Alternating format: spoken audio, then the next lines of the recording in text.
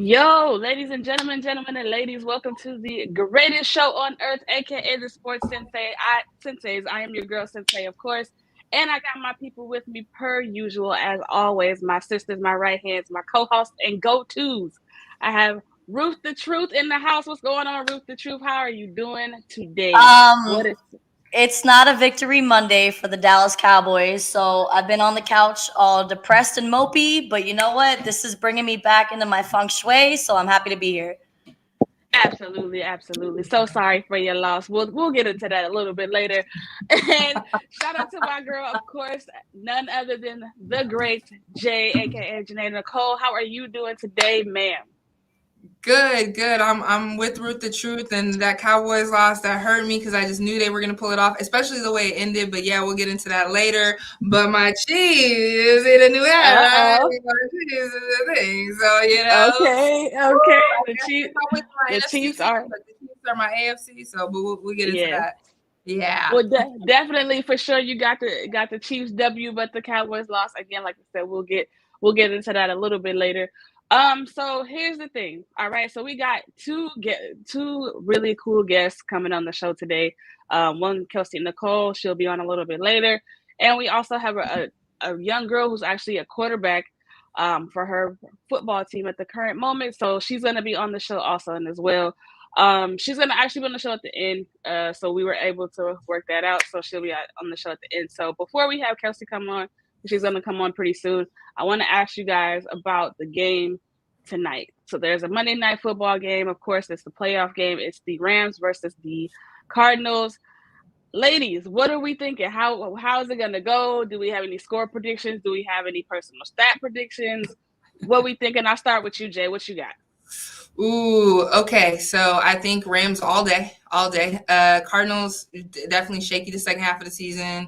All the losses they did manage to beat the Cowboys. It was like, that was just kind of a gimme win just because Kyler Murray's undefeated in Jerry's world. But yeah, I'm gonna go Rams. I'm gonna go Rams. I think it'll be a good game. I'm gonna go 28-14. Ooh, 2014. I feel okay. like that's legit. I just think there's just too many weapons. I think the Cardinals just don't have enough. I think they were just shaky, and it started off good this season, but they don't have enough. The Rams want it. They went out. They got Von Miller. They got OBJ. Like they were like, we're coming to make a Super Bowl run. They wanted more. They gonna take the win. Okay, perfect. What about you, Ruth the Truth? Who you got?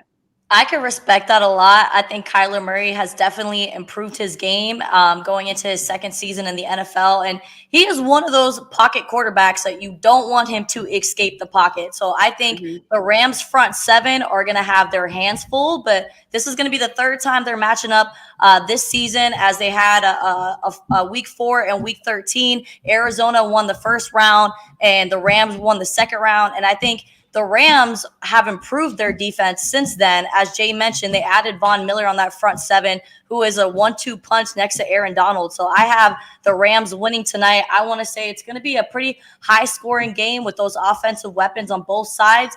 So I want to say it's going to be a high scoring game. I want to say 28-31 Rams.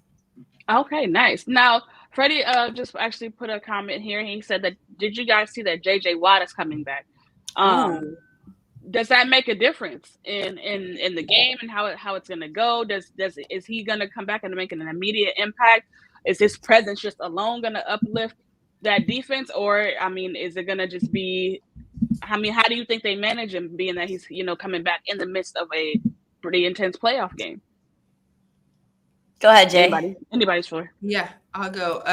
So JJ Watt, I worked for the Houston Texans. I got to see JJ Watt up close and personal. I love JJ Watt. He's been plagued by injuries. I don't know, right? I think it's in the psyche of saying, hey, this person is coming back.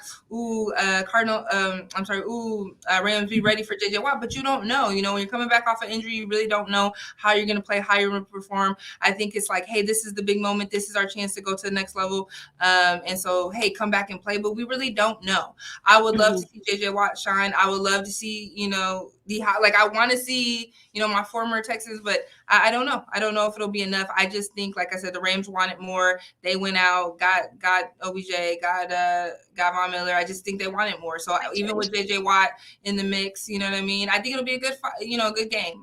Maybe a little closer than when I said 28-14, but you just don't know when you come back from an injury. So I wish JJ Watt, though, to have a great game. I really do. I really, really do. I'm actually really shocked that JJ Watt has been activated off the injury reserve list, because when he first got hurt back in, I want to say late October, he had shoulder surgery just 2 weeks after that. And he was said to have a recovery period between 6 to 9 months. Sorry, guys, that's my cat. That's okay. Hi, cat.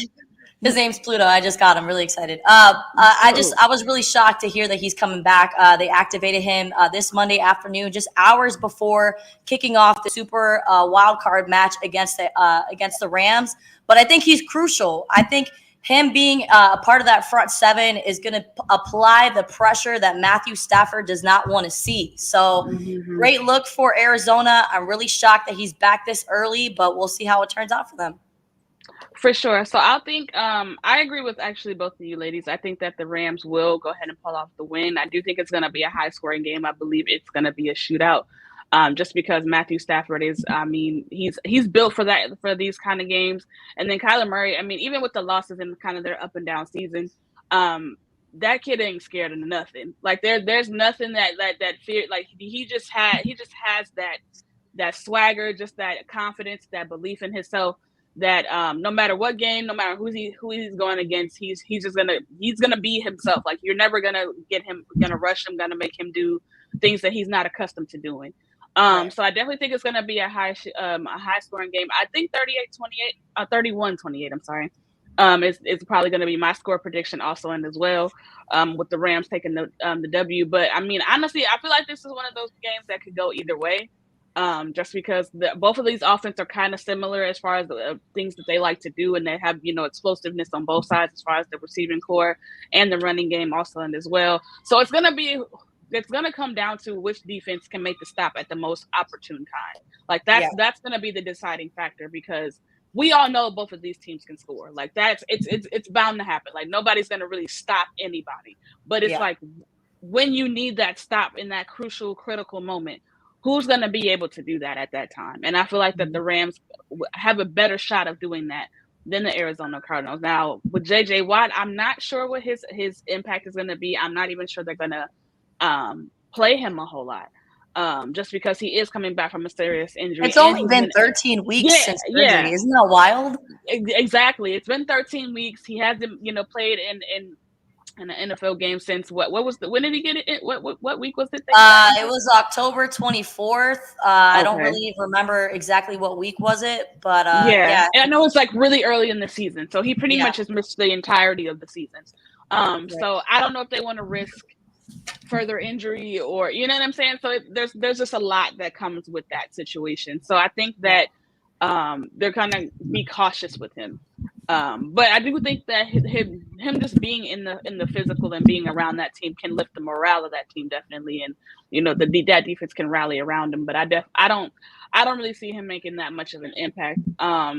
Somebody said there's a lot of pressure on Stafford if the Rams lose tonight, because it will be because of him. Do you guys agree with that? I honestly think that Matthew Stafford has to have an excellent game for the Rams to be successful, because when he has a completion rating under 100, they don't win. And everybody saw how that San Francisco overtime loss, and everybody blamed Stafford. So he has a lot to come back from. And I mean, when you go from being an organization for 9 seasons and not having a winning season over 500, I mean, that's kind of depleting for somebody. This is going to be your first time to really shine. So the light is definitely on Matthew Stafford. And if he has a bad game and throws for a couple interceptions, it's going to be a bad look for the Rams. Absolutely. What about you, Jay? Yeah, I think so. Like I said, there's a lot of pressure. I agree with Ruth. There's a lot of pressure on Stafford. They went and got him. I'll be honest. I thought he was it time for him to retire when he was on the Lions? Like I really did. I was like, Matthew Stafford, you were like a kind of a nobody. Like, we know you, but you really haven't done anything. So to see him come to the Rams and show up and show out, right? And again, we really got these weapons. We build a team. We want a Super Bowl now. Because to see the Rams a couple years ago, to believe they were just in the Super Bowl, and then it's like Goff was just a has. I don't know, it was really weird.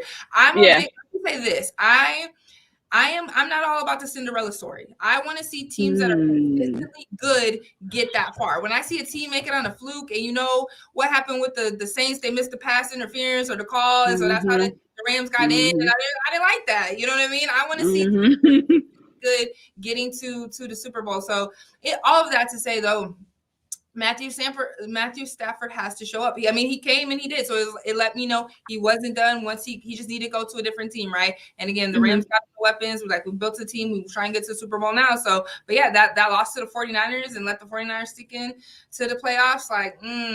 So he looked just like a shell of himself. Kind of like, what are you doing? I know you know it's the last game of the season, but I need you to play like you've been playing and what you guys can do. So a lot of pressure on the Rams, but I still think they'll go ahead and get it done. Yeah, I don't really say that he should retire. 33 years old. I was like, dang, Jay, like retirement though? He's only 33. Like, he's got plenty of playing time. I'm gonna rattle off. I want to rattle off some of his stats for the season. He's completed 404 passes for 4,886 yards, averaging 287 yards a game with 41 touchdowns and 17 interceptions. So, yes, he has the most interceptions for the starting QBs in the NFL, but I still think he has a lot of playing time left. For sure. I think But I want to know, ladies, do you think Matthew Stafford was a huge upgrade from Jared Goff for the LA Rams? Absolutely. For sure. Absolutely. I'm sorry, go ahead. Without a doubt. Go ahead. Yeah, without a doubt. Without a doubt. Come on now. Like, that's like Matthew Stafford to Jared. I don't understand how that didn't happen sooner. In all honesty, like that. Did you guys hear the accusations that apparently Jared Goff got traded because he was in a group text with some teammates and was talking about Sean McVay's wife, saying that if I wanted to, I could smash that. Cap. Yes. Cap. I want to know if that's true, because if it is, I'm going to give Jared Goff a high five because he's an idiot. Yeah. Okay, so that's what in my head, like, that's as far as I know, that's why he got traded. I was going. I was like, what he's saying, and McVay's like, nah, bro, you got to go. We're gonna just do a little swapperoo. But yeah, like to be honest, I didn't really know who really wanted the trade when it first happened. Right, I was like, Stafford ain't done nothing on the Lions. I'm not really impressed. Goff, are you a one-hit wonder? I don't know. You're injured. You know what I mean? So, like, I really didn't know. But clearly, as the season went on progressing, we see what they're doing. It's like, okay, Stafford, you still got some. You shouldn't retire. Like, you can still ball. Like, okay. So okay, really quick, y'all. Sorry, I don't mean to interrupt. But really quick, Kelsey is actually in backstage now. So, I'm going to go ahead and bring her on, definitely bring her on. We're also, when I do bring her on, I wanted to throw out there for you guys that we're going to do like the accomplishments and stuff at that time. So everybody can kind of go one after the other, and then we'll jump into just to throw that out there. Okay. Okay. So, all right, I'm going to bring her in, guys. All right. Give me a second. Hi. Hello there, hey sis. What's going on? How are you all? My apologies for being a little delayed. Lots happening in DC. But glad to be amongst you beautiful ladies. Yes. Yeah, you look outstanding. Is that a blouse or is that a dress that you were wearing? Because it is a blouse. I just had to do a virtual event that I had to. First of all, we are honored because not only is the blouse on fleek right now. Can we give a shout out to the hair? Like, can we get the hey, I'm humbled. Are like, girl, inspo. Like, I appreciate that. Look, we just had a snowstorm, so I had to do everything myself. So I appreciate that so much. You did that yourself. Ma'am. There you go. Yeah. So fans of the Sports Senseis, please listen. We have a special guest. We've been talking about this. We finally got our guest on the show. Kelsey, welcome to the Sports Senseis. We're so happy to have you here. I'm honored, honestly. I love ending my evening with ladies who just talk sports. I was listening to the tea backstage, so I know it's going to be fun. So thanks again so much. Absolutely. So thank you once again. Thank you so much for being on. So before we get into like the topics and things of that nature, I want you really quick, if you could just run down some of the things that you've done and been a part of, and kind of what you got going on currently, and then the ladies we'll all do the same. So we'll kind of just get acquainted with each other a little bit. All right, awesome. Well, hello, everyone. Kelsey Nicole Nelson, based in our nation's capital, my hometown, which I love, Georgetown graduate, Maryland graduate.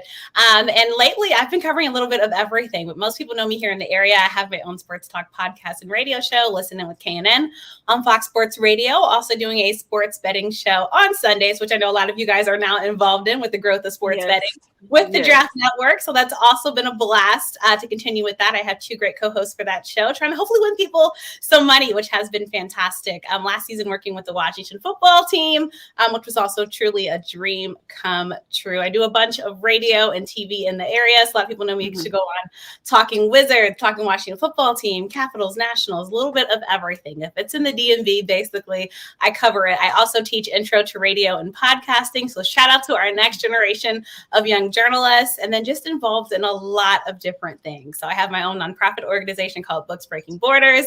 And we basically help to end illiteracy rates throughout the DMV. And now we're going to be expanding to Canada, which I'm super, super excited about, in the USA and beyond. So it's been a blast. I'm excited to join you all, of course, on this show. I'm probably forgetting some things, but that's pretty much the gist of what's been going on lately. Thanks again for having me. That's a lot right there.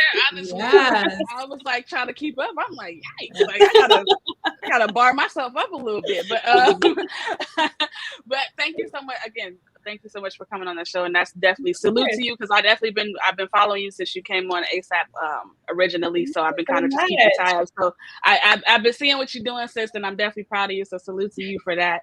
Now, Ruth the Truth, we gotta get into some things. Ruth the Truth, please let the people know, as well as your credentials, things that you got going on, also as well, because I want to make sure everybody is familiar with all of us and like what we got going on, what we doing, things of that nature. Because not only is this a sports women show, but this is a show of empowerment and all of those things. So I want to make sure that we put that out in the world. So Ruth the Truth, what you got for me? Oh, Ruth, I think you're muted, babe. I can't hear you. Mobby. There you go. Started back in 2018. I started an internship with Sports Talk Florida, doing a little sideline reporting for them. I covered the Orlando City Lions as well as the Orlando Pride. Whoop, whoop. I also started covering the Orlando Magic for Sports Talk Florida as well. So that was my first year into professional sports. They started an AAF football league as well. I don't know if you guys remember. It folded after 6 weeks, but the Orlando Apollos was the only undefeated team that I was on the sidelines for as well, which was an awesome experience because I love football. Basketball has my heart, but I love covering and watching and writing about football as well.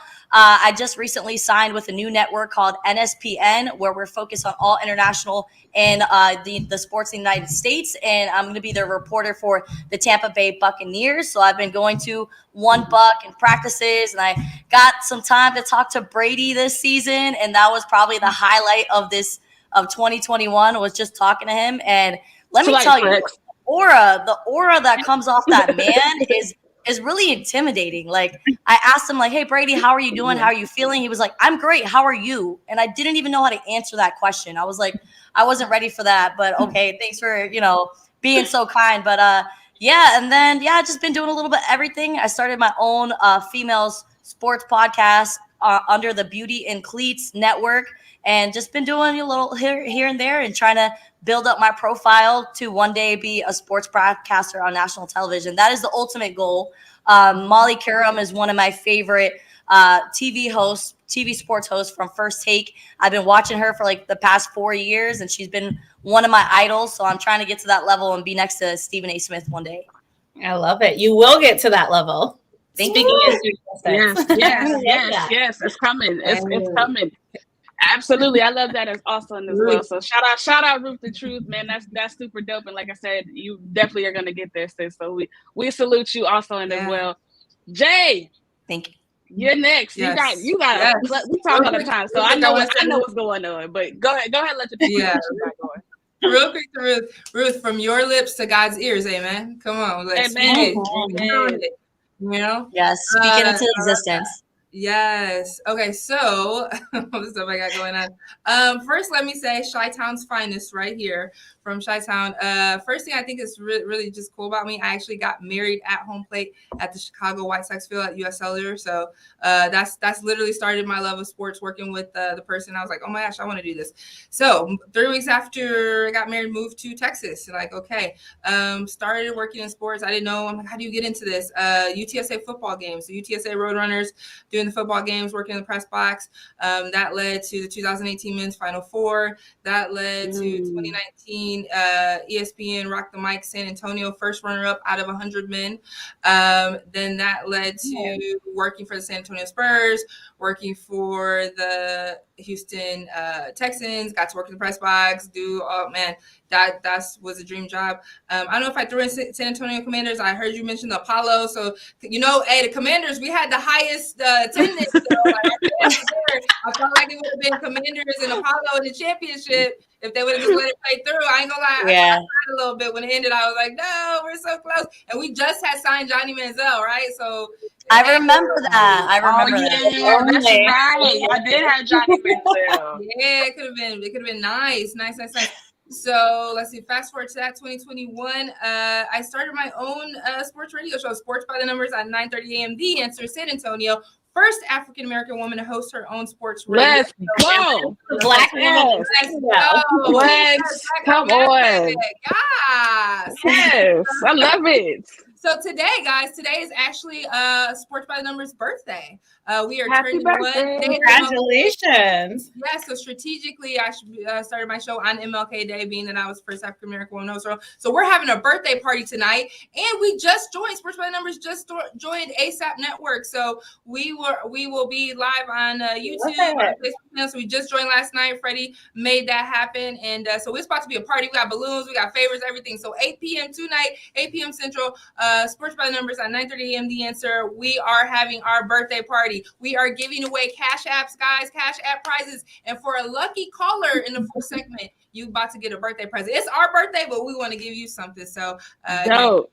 Yes. Awesome. This is why this is the greatest show in the world. Do y'all hear this? Like, this is I love it. I love it all. And this is only week 2. This is only week. It only gets better from here. So from that, because we have a few. Well, I have some questions I want to ask you, and just a little fun before we get into the more serious stuff.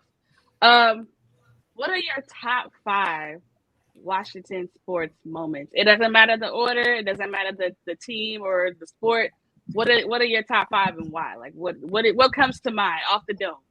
Oh my gosh. So as a former Hooper, I got to start with the Washington. Yes, come on, finally bringing us a championship to DC. As someone who grew up watching the Washington Mystics, watching Lena Beard, Coco Miller, and just so many other Mystics greats. There was nothing like seeing the Mystics do it in their brand new arena, Southeast DC.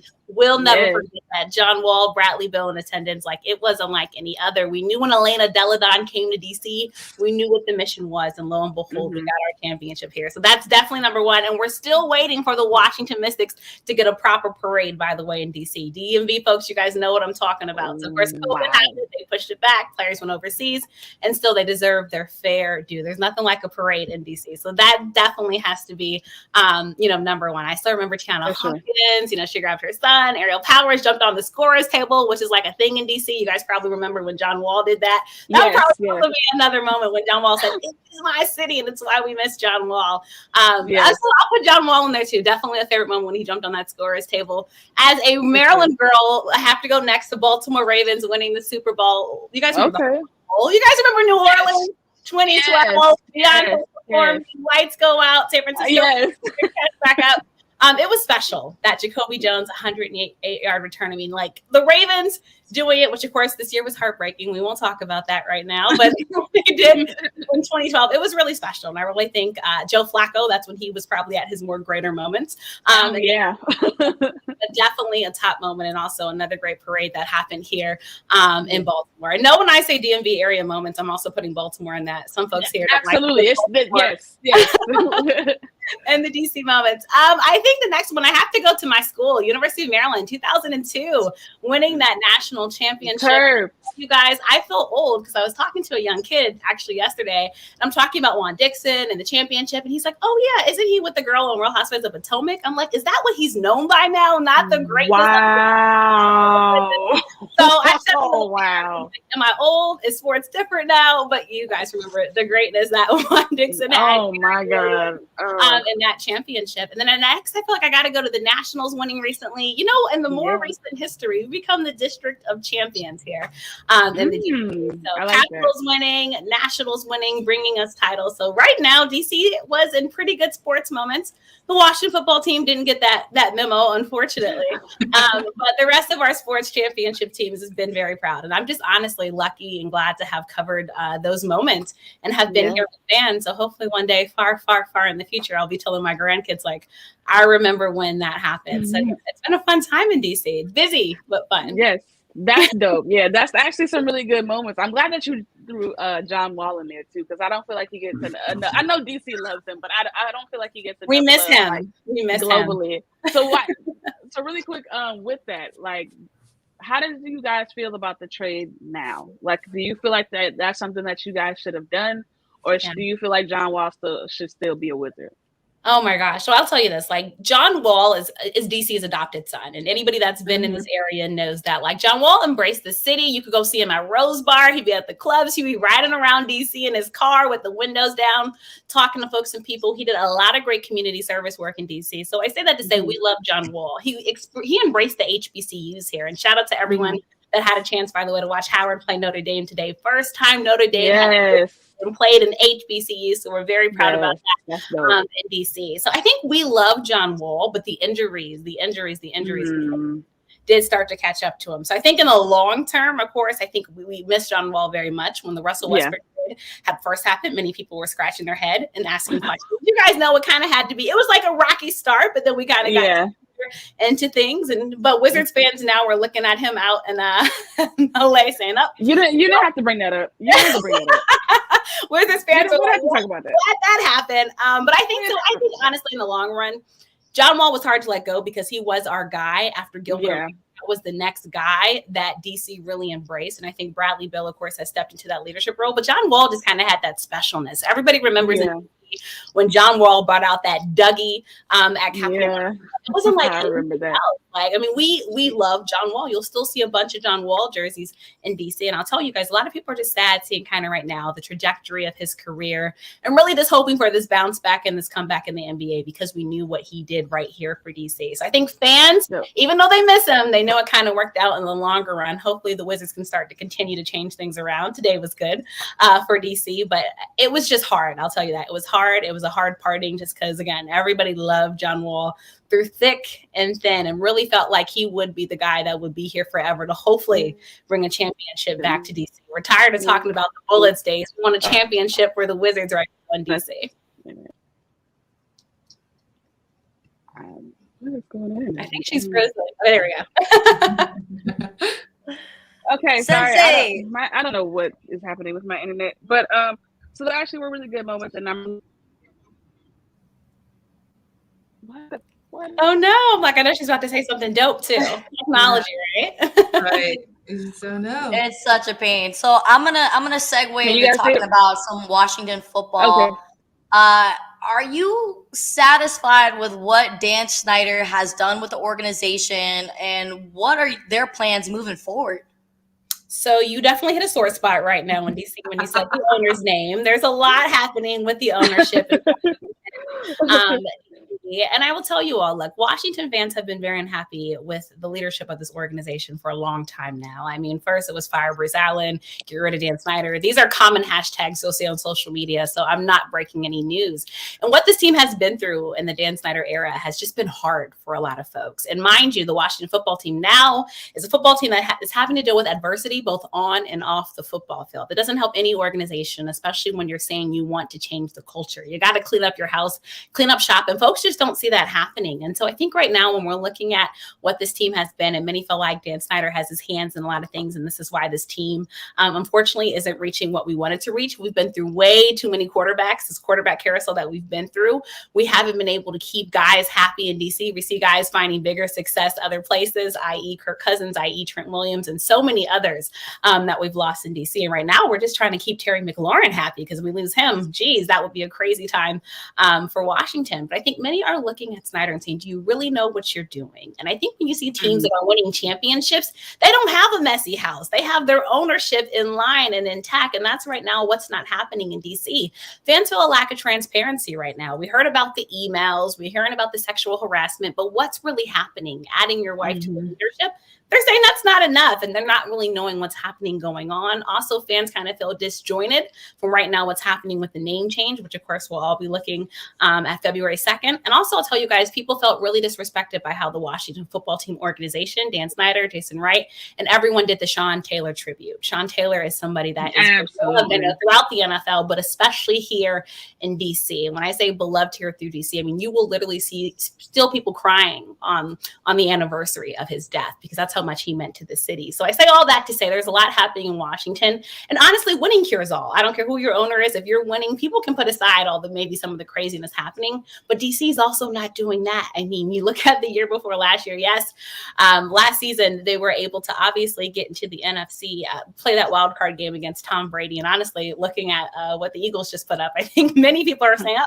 well, Washington actually did a decent job. But all that to say, it's like you go back to this year, and really, I thought it was Washington's NFC East division to lose, and lose that they did. And so I think you look at all the turmoil that this team has been through. And so from top to bottom, fans are just unhappy. We keep hearing about promises and checks that need to be cashed, but these checks are never getting cashed. So all that to say, I think Snyder, he has a lot of work to do if he wants to get back in good graces with Washington fans. But Washington fans are just saying enough is enough, and they want to begin at the top. Just getting a new coach at the helm just isn't enough for the Washington football teams. I think Snyder is going to have a long road trucking ahead if he really wants to change things in Washington.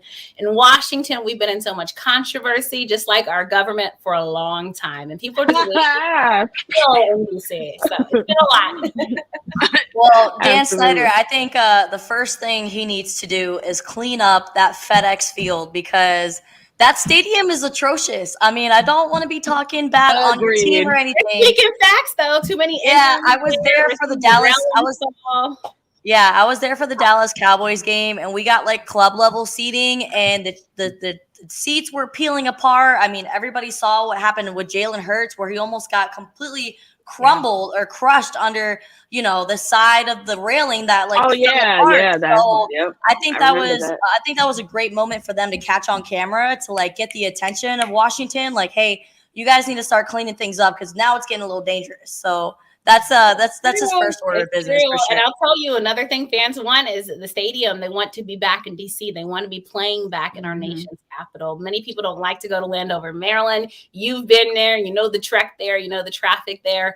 But it's just hard again. And it's like, honestly, I said the railings falling was really accumulation of how we felt about this season. Everything just went off the rails. And that's exactly what happened with Washington. That was so good. It was hard. In that stadium, believe me, no one's proud of it. And DC tickets are not cheap here to go to a game, especially good seats. And people are like, well, what are we paying for? It's bad enough the product on the field isn't good. We're seeing too many injuries happening at that field. And then lo and behold, we have sewer falling, we have railings falling. Like, thank gosh, Jalen Hurts had a quick two-step to avoid that, because that could be this nasty injury for him. So it's a lot happening. And a nasty lawsuit for the Washington football team. Yeah, that too. That got up rather quickly. I'm sure lawyers are probably like, what were you doing? How many drinks did you have? Did you walk the straight line afterwards? Or like, what are we? Yeah, later up my back. Oh, I couldn't go to work, they're lucky I wasn't there, because that would have been the Atlanta football team playing with me. Lots of money in sports books. But I thought Jalen, though, shout out to Jalen Hurts, honestly, writing that letter to the team, following up to see what was happening, checking on the fans, and even just staying there to take pictures with the fans. Like I think players sometimes, and like, they forget how much people adore them, but he really saw like even after these people had a nasty fall, what did they do? They pop back up. Jalen Hurts is right here. I want this picture. I want to show my friends. So it's like, he's just a class act. And I feel like Jalen Hurts, that's a whole nother subject, but he deserves so much more respect for, I think, who the quarterback that he is, the player that he is, never getting in trouble and just doing good. So shout out to Jalen Hurts again for how he handled that entire situation that could have been a lot messier. And he could have said some mean things about DC and the team and the stadium, but I thought he took the high class route, but wanted to make sure that something was happening for these fans. Yeah, absolutely. So now that we've gotten that out the way, we are going to talk about some NFL football. Now, Ruth, I know this is going to be really sore for you. I'm so sorry, sis. I'm so sorry. Do you need a moment? Do you need a tissue? It's Babe, okay. I need a tissue. Okay. It's okay. Let it all out here. So the first topic that we're going to go ahead and discuss, of course, I was kidding. Everybody's been talking about it all day. I'm sure if you watched any sports shows, you've been seeing just the debacle that is. The Niners stunned the Cowboys at Jerry World. Thanks, Matthew. The San Francisco 49ers weren't even supposed to be there. Again, this is so you have to understand it's a very sore spot for our good friend. So we have to understand she's gonna be upset. She's gonna be a little upset. She's gonna be a little uptight. But it's okay. So they stunned him at Jerry World. Everybody's talking about the last play, of course. But if you watch the full course of the game, you expected the Niners to win just from how Dallas started, honestly. But I'm going to get into what do you ladies think, or what you guys thought of the game, where you in? Okay, sorry. Jay, I'll go ahead and start with you. So what did you think about yesterday's game? And what did you think about the last play? Was it the right call? Should they have done something else? Should have done something different? Like, what are your thoughts? First, let me say, so Ruth knows this. Last week I had on my Cowboys hat. So I will say I'm a Chiefs fan all day, but the Cowboys, my NFC team. I do live in Texas now.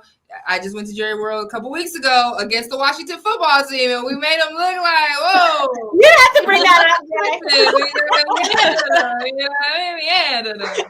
was a great game to be at. Jerry's World, pandemonium, beautiful. Man, if you love football, you a fan, just go to, it don't matter if you're a Cowboys fan, go to Jerry's World. It's a whole experience. It is beautiful. Let me say that. But I was at Chicken and Pickle, San Antonio. I had on my Cowboys gear. I had my Cowboys hat. I got one just like this, okay? Oh my gosh, like just the start of the game, like I was like, whoa. And last week I predicted, I was like, no, Cowboys gonna come outside 49ers, Jimmy G, but he came to play. He was like, you know what, we coming for it. I'm gonna show y'all they paid me this money for a reason. I did study under the great TB12. I'm hurt too. Not as hurt as Ruth, but like it hurt my heart for Cowboys fans, right? The state should be shaped in a star, okay? I know y'all been seeing all the memes, the black woman, the dude with the girlfriend, all the hey, Cowboys fans, your women didn't think they were getting rings anyways, all this stuff, right? It hurts my heart just for the fans because they are so diehard with their team. And it's like, I for sure was like, they're going to get at least one playoff, right? They're going to get at least one, like they do. Because in 2018-2019 season, I went to my first NFL playoff game when they played the Seahawks. Boom, Cowboys. So I was like, okay, they're going to at least pull off the one. That last play, the ref rushing up to get the spike the ball. Yeah, it was like, no, give them 1 second. That's not their fault. Like, but Dak running for it right in the middle. You don't have time. Like, what are you doing, bro? Like, oh no, I'm a little choked up here. My cough. It was hard to watch. Yeah, a huge disappointment. I mean, the numbers that Dak Prescott put in that game, did not suffice. You threw for one interception, one touchdown pass, 254 yards, but you couldn't get the run game going. And Dallas, I feel like ever since Mike McCarthy has become the head coach for the Dallas Cowboys, we have strayed away from what makes us great, and that is the run game. Obviously, Zeke Elliott has been on a decline ever since he got the bag, which is really disappointing because now we see Dak Prescott declining as well after he gets the bag. So I don't know. I feel like Mike McCarthy is not setting that culture correctly for the Dallas Cowboys, not bringing in that discipline. We have been the most penalized team in the whole NFL. We had 14 penalties for over 100 yards lost, and it was disappointing. And I hate when the Dallas Cowboys decide they want to show up in the fourth quarter when it's already too late. You got to put points on the board if you're going to have any chance to win, and they failed to do so. So Dak Prescott, I know that he's received a lot of criticism for his comments about how the crowd reacted at the end of the game by throwing debris at the refs. And he tried to be like, oh, credit to them, because obviously that he was feeling some type of way about the officiating in that game. But that just makes you look so much worse when you try to blame the refs. You should actually look at the tape. Look how you couldn't take care of the ball. Look how you couldn't get your run game going. Look how you couldn't get CeeDee Lamb open. Like, it just all around a really big disappointment. I'm glad that they didn't have a chance to get that Hail Mary pass at the end of the game, because they did not deserve to beat the 49ers. So disappointing season, even though they came 12-4 as everything or 12-5 as the season wrapped up. But it's just overall, I'm disgusted with the whole play calling. Kellen Moore definitely doesn't deserve to be a head coach at this point in time. I think he still needs a little bit more experience under that belt, and that showed. I'd rather have Dan Quinn as our head coach over Mike McCarthy, because I just do not like the way this offense is organized under MM, and his what do they call it? His time management has been atrocious since week 1. So really disappointed with how things capped off for the Dallas Cowboys, and I just hope that they come back harder next season. All right, Kelsey, I'll ask you this really quick before you get into your take. What does this mean for Dak? Because like Ruth said, Dak obviously didn't play well yesterday. Yeah. He's a $75 million man. Like, what does this mean for him? Like, how do you view him now that, he's had an opportunity fully healthy? Well, kind of healthy. He was injured a little bit, but he's had an opportunity in the playoffs to show they had a home playoff game to, show what he's made of, show he was worth the contract that he received. Like, what are your thoughts on him now? Like, is it the same? Yeah. Like, what do you think? Let's just say that I'm very happy that I did not buy a Dak Prescott Cowboys jersey. I'll just put that out there. Too funny. I will tell you all this. Like, well, a couple things. So one, in DC, I will tell you guys, even though the Washington football team found themselves outside looking in for the playoffs when the Cowboys lost, you guys know this rivalry. It's literally a Super Bowl film. I mean, I saw pride and joy in DC that I hadn't seen in a little bit since the team was knocked out of the playoffs. Because that's just how I'm glad that we could do that for you. But let me tell you, they were very happy. And again, this is someone who covered the team, someone who's lived here my entire life. All that to say, you talk about Dak Prescott and the whole season, Kelsey, Dak is back, Dak is back. And there's something I like to say to people. Don't believe the hype. You have to show me who you truly are. And I think Dak Prescott, yes, I'm not just gonna banter him and say it was all his fault. Ruth made a great point. Like, you have a great receiver, CeeDee Lamb, who was a non-factor until too late in the game. But I think what we're seeing from Dak Prescott is, again, you pay this big money, but then what's going to be the result, right? You're supposed to be better. You're supposed to be a step up. You're not supposed to be regressing. I remember the same thing when I was covering Joe Flacco in Baltimore after he got that big contract, and all of a sudden the regression started. And of course, lo and behold, we know what happened to Joe Flacco's career. Dak Prescott is with a huge franchise in the NFL, right? Dallas Cowboys, it gets no bigger than that. It gets no bigger than the star. It gets no bigger than Jerry. He knew the task that had to be done. This is a Cowboys team that knew what they needed to do this year. And that was not to just get to the playoffs, but continue throughout the playoffs and hopefully go to the Super Bowl. But lo and behold, it was the NFC Championship game or bust for me. There you go. There you go. Yeah. At home, of all things, you drop at home, and you guys come off this hype. You're having this great year. Everyone's talking about Dallas and this defense, about Micah Parsons. And Ruth, you talk about just the messiness that we saw in that game. Honestly, I was just like, y'all have to get it together. And for me, it was the unraveling that we saw of the Dallas Cowboys. And like you said, from the beginning of the game, San Francisco should have won. They started to bite themselves in the foot because they had this guy, Jimmy G, that for the life of me, you live and die by Jimmy G. I cannot four-star Jimmy. All right, I'm just saying, Jimmy. I totally trust Jimmy G. Jimmy G is that guy, you really like him, but there's just something about him, and he's done something before, and you've caught him cheating, and you don't want to go back, and lo and behold, you go back to him, and once again, he just disappoints you. That's literally what Jimmy G is. All right, I'm sorry, that's what it is. And lo and behold, he got out of it yesterday, and if there was more time on the clock, to what you guys are talking about, there was a little bit more time on the clock at the end of that game, I think we'd be having a whole different discussion. But lo and behold, the end is the end. But I'm just going to say this. Dak Prescott is going to have to come back next season and be much better than he was the ending of this game. Because we're going to be talking about this for a while. And honestly, the NFC East, I think now is the Dallas Cowboys division. I think right now you're looking at the best quarterback right now. I mean, who knows what Washington will do with their quarterback situation. But right now, Dak Prescott is the best quarterback, right, in the NFC.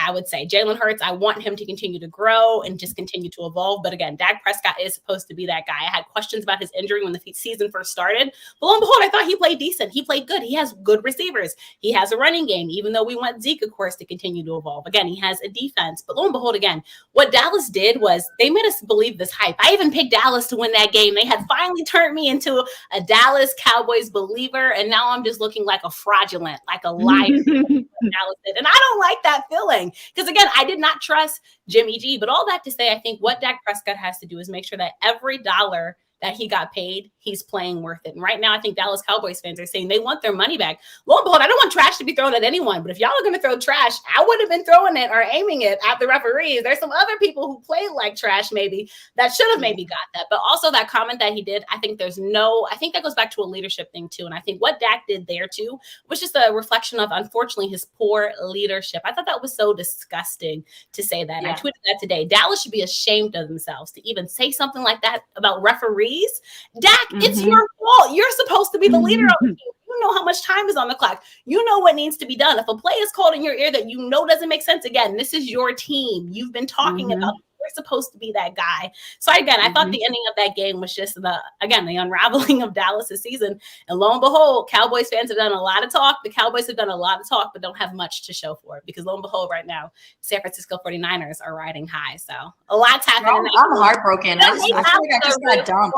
Know that. I thought y'all would win going into it, but San Francisco just came out like they had something to prove, and lo and behold, Dallas had nothing to show for it. Where was like the number one offense? They had the number one offense this season, the Cowboys did. Where was that at? And the number 10 defense, right? Hey, Trayvon Diggs, can we get an interception? Can we get man, that man is burnt toast. When they went out that man is burnt. His brother was there. He was supposed to show up and show out at the game, right? Like, I don't understand how you have a brother like Stephon Diggs and you are literally barbecue chicken. Like every time a receiver lines up on him, they're like, "We gonna eat today, baby. We gonna eat today," because you know he's gonna cheat. He's gonna cheat the play. You know he's gonna gamble, and all you gotta do is just stay patient. That's all you gotta do. Just stay patient. You gonna. That's why he has so many. People don't even understand this. That he has so many interceptions because quarterbacks try him, because they know there's a chance I can get over on him if I can just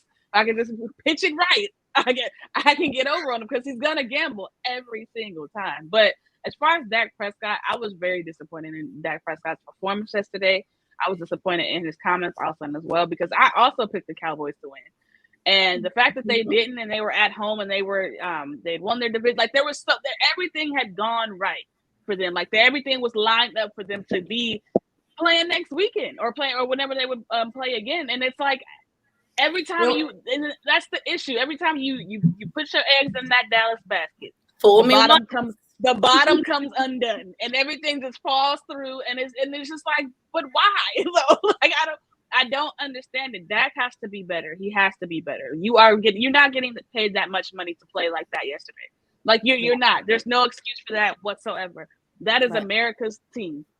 You have to play that way. You have to show that every single game. You have to carry that. And not a lot of people are built to do that. And it's getting to the point where I'm starting to think that maybe Dak is not built to do that. Maybe it's too much pressure for him. Because any other quarterback in that situation, especially for that final play, would have been like, "No, that doesn't make sense. Let's try something else." And to be fair, for that pass that Cedric Wilson dropped, even though again I know it would have been tough, we would have been having a completely different conversation. I'm just saying, it was in his hands. It was in his hands. That was the fourth drop pass from Cedric Wilson. So I was like, "Stop giving him the ball. Stop looking at him. Go somewhere else." Get CD Lamb the ball. He threw to CD 5 times, and CD only caught the ball once. Completely shut down by the 49ers defense, and it was atrocious. It was really hard to watch. I probably went through a half a bottle of tequila. I ate I ate a tub of ice cream. I had a tiramisu. I had 2 bottles of wine. It was a sad night for me last night, and I woke up this morning feeling heartbroken and having to watch Stephen A. Smith going at Michael Irvin on First Take, and then watching Dan Orlovsky on NFL Network completely tear us apart. It was just embarrassing. And I mean, you are a franchise quarterback, Dak Prescott. You know that the official needs to touch the ball before you give it to your center. So what are you doing? Like, then you mad at him for doing his job. Like, why are you mad at him? He's doing his job, you know. Right. But yeah. Homie who dropped the ball, I know he's kicking himself right now because, like Kelsey said, if he catch that ball, like it's a completely different game. Like it's a completely different. We would have been in the red zone. Yeah, it was a completely different outcome. If that, I mean, but honestly, you can say that, but then it's like if y'all get in the red zone, who's to say Dak would have made the right decision in the red zone? Because you clearly couldn't make the right decision as far as like towards the end of the game. I would just love for him to do one of those famous front flips into the end zone. Like if you get that close, buddy, take the ball, quarterback sneak all the way. Risk that body. We paid enough for you. Let's do it, you know? But I mean, overall, I'm really disappointed. Zeke decided to be a running back again. Maybe, I mean, you know, just instead of just an empty jersey. Zeke who? I mean, at that point, Zeke who? I mean, I'm sorry. I'm done with Zeke right now. Like your Madden ratings have dropped dramatically. Cry about that all day if you want. Tony Pollard has taken over that number one back as the running back for the Dallas Cowboys, and it's just. Man, I'm so mad. Like, mad. Like, just give me a little bit of bragging rights. Like, give me a little bit. Like, I always have Jerry. I always have your back, always. And then you do me like this. I don't know why. I don't know why. Why would you trust Jerry Jones? It's a law book. It's a law book somewhere that says thou shalt not trust Jerry Jones. I know it is because listen. I don't know what's wrong with Jerry Jones, but somebody needs to not be the owner of the Dallas Cowboys no more because the decision making it's over his dead body though. You know, Jerry they're gonna bury him in Jerry World. Like I think Stephen Jones has kind of noticed that his dad is probably suffering from a little bit of dementia, so he's like trying to step into that ownership role, which is good because I think Stephen Jones has a better I guess sense of reality when it comes to the NFL and, you know, drafting quarterbacks, all that. And, but yeah, I think I got really excited for the Dallas Cowboys season after week 1 when they lost in the last seconds to Tom Brady and the Buccaneers, the returning Super Bowl champs. That got me hyped for the season. I said, if we could keep up with Tampa Bay, we could keep up with everybody in the league. So that's kind of what that's the game that really set my expectations for Dallas. And I mean, they were 1-6 when they played teams over 500. So just I don't know. See, and that's where it started. That's what it started. That's what's wrong with you Cowboys fans. That false hope gets y'all every single year. It gets y'all every single year because y'all see a glimpse of what the team could be, and you're just like, oh, we're going to. We just get hopeful, we're the greatest team in the world. We're going to the Super Bowl. No, you are not. The way that Dallas's roster is set up, when you look at the numbers, when you look at these individual players, you would think that this is a Super Bowl caliber team, but the discipline is just not there. And I don't know what's going on. I don't know if Mike McCarthy is just not getting through to these people. I don't know what it is, but they need a whole culture change.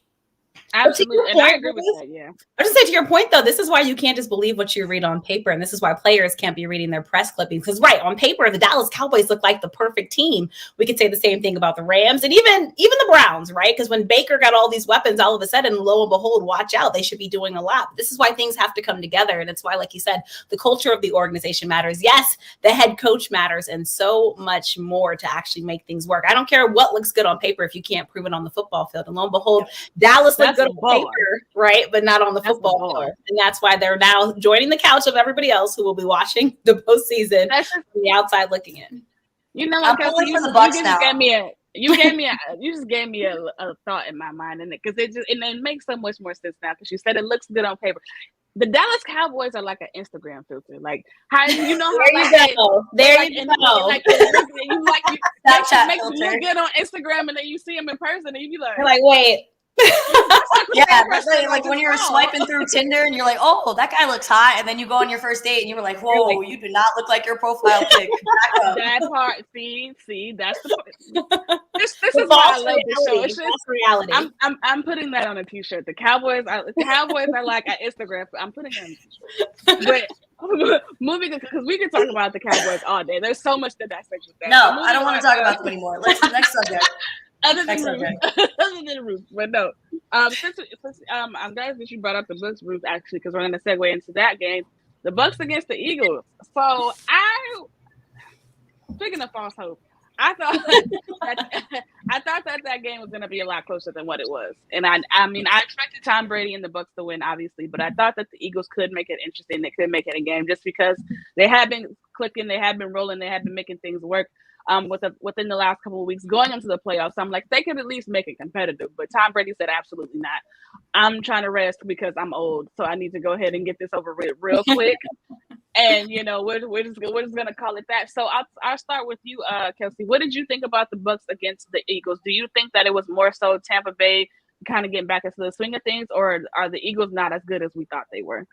Tampa Bay is Tampa Bay, and the Philadelphia Eagles weren't as advertised. You have to look at the caliber of competition that the Philadelphia Eagles were playing. They look really good against some teams that weren't good, all right? It's just the fact of the matter, right? A varsity team will always look better than the JV team. Let's just be honest. I say this to say the Philadelphia Eagles, again, I think they had us fooled. Like you, I thought it would be a much better game, but lo and behold, I guess I was watching Fool's Gold or holding Fool's Gold what I had with the Philadelphia Eagles. And then again, I think back to last year's wild card game where the Washington football team kind of gave Tom Brady and the Tampa Bay Buccaneers a run for their money. So I'm looking That is only because we had no film on Taylor Heinicke, and we were not ready for the impact that he had on that game because he was running circles around us. Oh my gosh. I mean, that's when we say the legend of Taylor Heinicke was born. But what you just said, Ruth, is what happens in playoff games. This is when players are supposed to step up. This is when you're supposed to get those unknown guys at times that are supposed to be the next man up. And so lo and behold, for the Eagles, there was no next man up. We know the Eagles have been good. Why? They have had a phenomenal running game this entire season. They've had a solid and stout defense.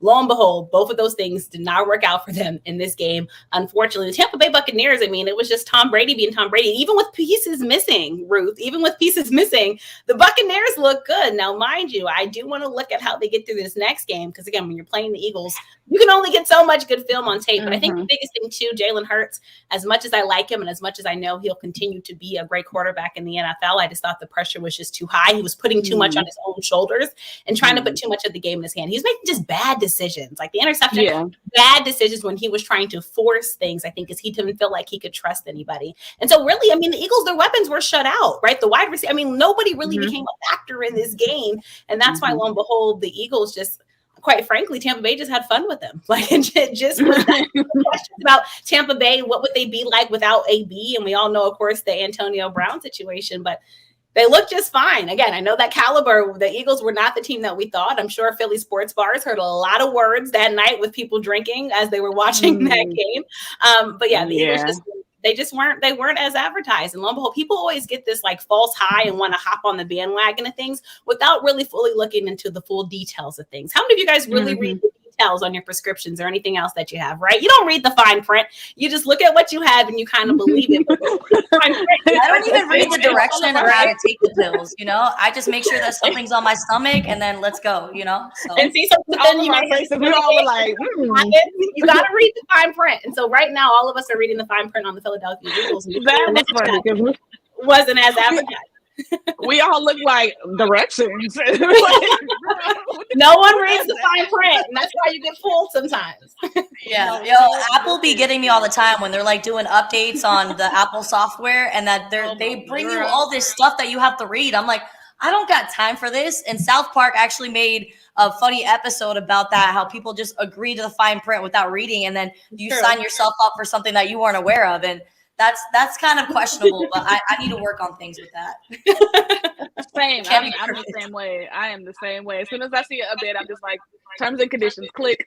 Like, I don't need to see it. And that's what we did for the Eagles. We just did that for the Eagles, right? We saw they look good, whatever. I'm not reading the fine print. They look good. I think they have a chance against the Buccaneers. And lo and behold, now we're looking back like, dang, like we're looking for the refund because some people started to believe, and lo and behold, right now, they're not feeling good today because of what the Bucs did to the Eagles. But I think this was the game that wasn't the surprise, if we're being honest. I just think, like you said, that it would be a bit closer, like at least a competitive. Yeah. Now it was almost a shutout. That's why now we're talking about the expanded playoffs. And if it was the expanded playoffs, a good idea. And many people are going to point to this game, and I know another game that we'll talk about saying, hey, did we need another team in the playoffs if this is the football that we're going to be getting? Yeah, no, for sure. Absolutely. I just want to throw out there when I was first watching it, Tom Brady's throws in the beginning. Did you notice how they were a little off? And I was like, I told you I was watching, like, oh, it's Tom Brady. I said, no, but you can see it's off. He like something wasn't connecting right away. And I was like, that's weird. Of course, he did what he did, but I did notice that. And that was the first, I was like, his throws are off. They're just off a little bit. I don't know what was going on. Tom Brady's Tom Brady, but I did see that and I go, ooh. And so look, the next team we can't play like that. It's like, okay, you playing the Sheagles, so we already know you gonna take care of business. But look, you got to make sure your accuracy. They just see, and every time the commentators, 44 now, he's still playing his best. Woo. Every time they say something like that, somebody get jinxed. Like, don't bring up his age and all he's been playing. This is one of his best years yet, and then all of a sudden he starts getting his throws a little off. You be like, oh, that's how they look. Father's time maybe not be undefeated when it comes to Tom Brady, but who knows? It may not unless somebody. I mean, it's good until somebody pisses him off. Then it's like, well, he's back to being Tom Brady again. It's like you see it because I mean, he's one of those guys. He's on. I have like a list of 5 guys that you just don't want to talk trash to, and Tom Brady is for sure on that list because I've seen that man go nuclear. And then, you guys remember? And then being in your face about it, like, you were saying. Right. You remember in the Super Bowl last year when Tom Brady got into the Honey Badger's face, Tyrone Matthew that was talking that smack, man. And then apparently Brady had like called him out of his name, and it was like a whole ordeal. And I'm like, man, I've never seen Brady get mad like that, but I like it. Kansas City Chiefs can't get on the board right now. I'm okay with this. I'm sitting in the club level, just relax. I'm sorry. I forgot you're wearing your Kansas City hat. You know what I want to see? I want to see a rematch. I want to see our rematch. Our offensive line, 2 dudes out. Andy Reid moved 2 dudes. That messed up our whole thing. Patrick was running his whole life. He played his heart out. He did. Got a big drop. Like, I literally want to see a rematch. I want, with our offensive line intact, I want to see a rematch. That was not. But now the Bucs are having trouble with their offensive line, with Tristan Wirth having an ankle injury that he's been seen in a boot around the training facility. And then they also had their center, Ryan Jensen, get hurt early in the game. Even though he came back, he is not healthy. And everybody knows that the Buccaneers' protection is why they are so good, because Brady gets like 8 seconds in the pocket to make these money moves, and it's really been successful for them. So it's going to be interesting to see how they go forward without having the same protection that they've had all season. That's a great point. That's the only part of the Eagles that's probably continuing on, unfortunately, is the injuries that they cause to the Buccaneers. And like you said, now we're looking at this Bucs team different because, yes, Tom Brady is good, but we also know how Tom Brady can play when pressure is at him. And if you have an offensive line that is hurt, it's going to be a different game for the Buccaneers. And so I think, like you said, we have to closely watch that, especially with the Buccaneers missing key pieces. And I mean, Tom Brady can be great when he's frustrated, but also we know when he's frustrated, he can make mistakes. Yes, I know how great he is, but just saying, I think this Bucs team, I'm looking very closely at this before I say I'm picking the Bucs to win their next game. Absolutely. Now, real quick before we move on to the next topic, do you think that the Eagles keep Doug Peterson as their coach, or do you think they get rid of him going into Nick Sirianni? They got rid of Doug Peterson. Nick. I'm sorry. We know what you meant. Yes. Thank you so much. So, speaking of Doug Peterson, I saw I forgot where I read it at, but he was it the Jacksonville Jaguars? Or no, was it Chicago? I think it might have been Chicago, where he was interviewing for that head coaching position. So we might see Doug Peterson entering back into the league at that head coaching position. For Mike Hughes' sake, I hope that does not happen, because Mike is going to have a stroke if they hire him as a coach. He took the Eagles to the Super Bowl with a second straight quarterback. What do you do after that? Nothing. Okay. All right. So do you think that the Eagles keep their coach, or do you think they get rid of? Because a lot of Eagle fans were calling for his head, because you know Eagle fans. So do you guys think they keep him, or do they look otherwise? Do they exhaust their options, or what do you guys think? Or should they keep him? Should they move on? I think as a young head coach, bringing an Eagles team to the playoffs when nobody expected that happening has probably bought him some time. I really think the Philadelphia Eagles and their players are really bought in to his culture and like what he has planned for them, because every time you see him in the locker room, you see him on the sidelines interacting with his players. I think that they're really bought into what he has going on. So I think Nick Sirianni is probably going to be there for the foreseeable future. Yeah, I think Nick Sirianni has kind of been this surprise. I think when he first got there, many of us had questions. Remember his questionable press conference and introduction, and people just questioned that was bad. He does, right? Like, who is this guy that wants to all of a sudden lead this Eagles team? And you talked about the Eagles fans; they're a tough crowd. Everyone knows that. To your point, yes, they did get to the playoffs. They got there. We know what the Eagles have went through, of course, with the quarterback position with Jalen and Gardner and everything else. So I think all that to say, I think the Eagles kind of are the surprise team, I think, in the playoffs, and the surprise team also in the NFC. So I think right now, especially in a league where head coaches and good head coaches can be hard to come by, especially with what we're seeing college coaches getting paid now, I don't think you get rid of him yet. And especially when you have a young quarterback like Jalen that you're trying to get into the fold, what do these young quarterbacks need? Consistency. You can't keep giving them new head coaches and they have to learn new systems and new playbook. Like, it's a lot. So I think right now he's safe. And I think, of course, this year, that last game didn't help a lot. But again, what he did and what this Eagles team transforms to. And remember how the Eagles started their season, folks, and look at what they ended up doing, getting to the playoffs. So I think that was enough to at least keep them right now in Philadelphia. Absolutely. What about you, Jay? Because I know you got to give. I'm just gonna say they're gonna keep him. Let's let him, like, really get Jalen together and kind of see. I don't think. Hey, they went to the playoffs after like Kelsey just said. After they started, we're like, oh, they didn't go do nothing. Made him to the playoffs. Let's keep him around. Let's see what he can do. Absolutely. Jay, do you have to leave soon, or are you good? Man, I do, but I want to talk about the Chiefs real quick. I was like, let me get it. All right, yeah. So let's go ahead and hop into that too before you have to hop off here. So the Chiefs took care of the Steelers yesterday. Obviously, I don't think anybody was really surprised about that.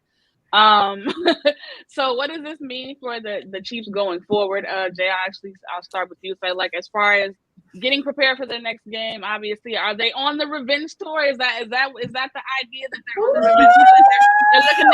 They're looking to get their look back. Like, what's going on, Chiefs? Let's go, right? Oh, wow. Right. See, a rematch. I want to see the Chiefs and the Bucs back. The petty is high on this show. Yes, it's high. It is.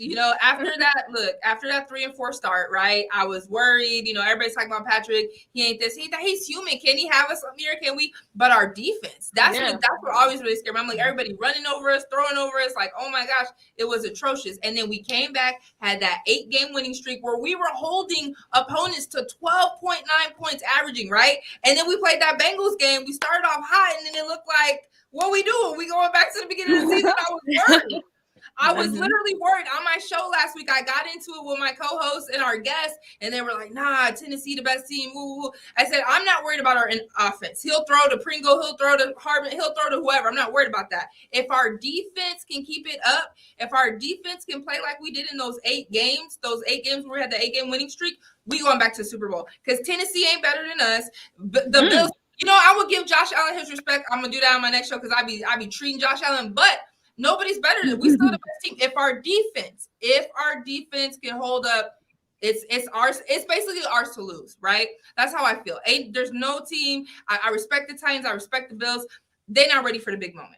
They are not. We are, but our defense has to hold together. Like yesterday, Patrick threw that interception, right? I was like, "Whoa, okay," but what we do? We took care of business. We're like, "Okay, cool, we're gonna do that." How many times last year did we come from behind? 3 touchdowns. You was never worried about the Chiefs. Like, oh, we down 3 touchdowns. Like, oh, we gonna do what we do, right? Of course, this season has been different. But again, as long as if our defense can play like they did in those 8 games where we were holding 12.9 points, okay, average 12.9 points, we were holding our opponents to in those 8 winnings.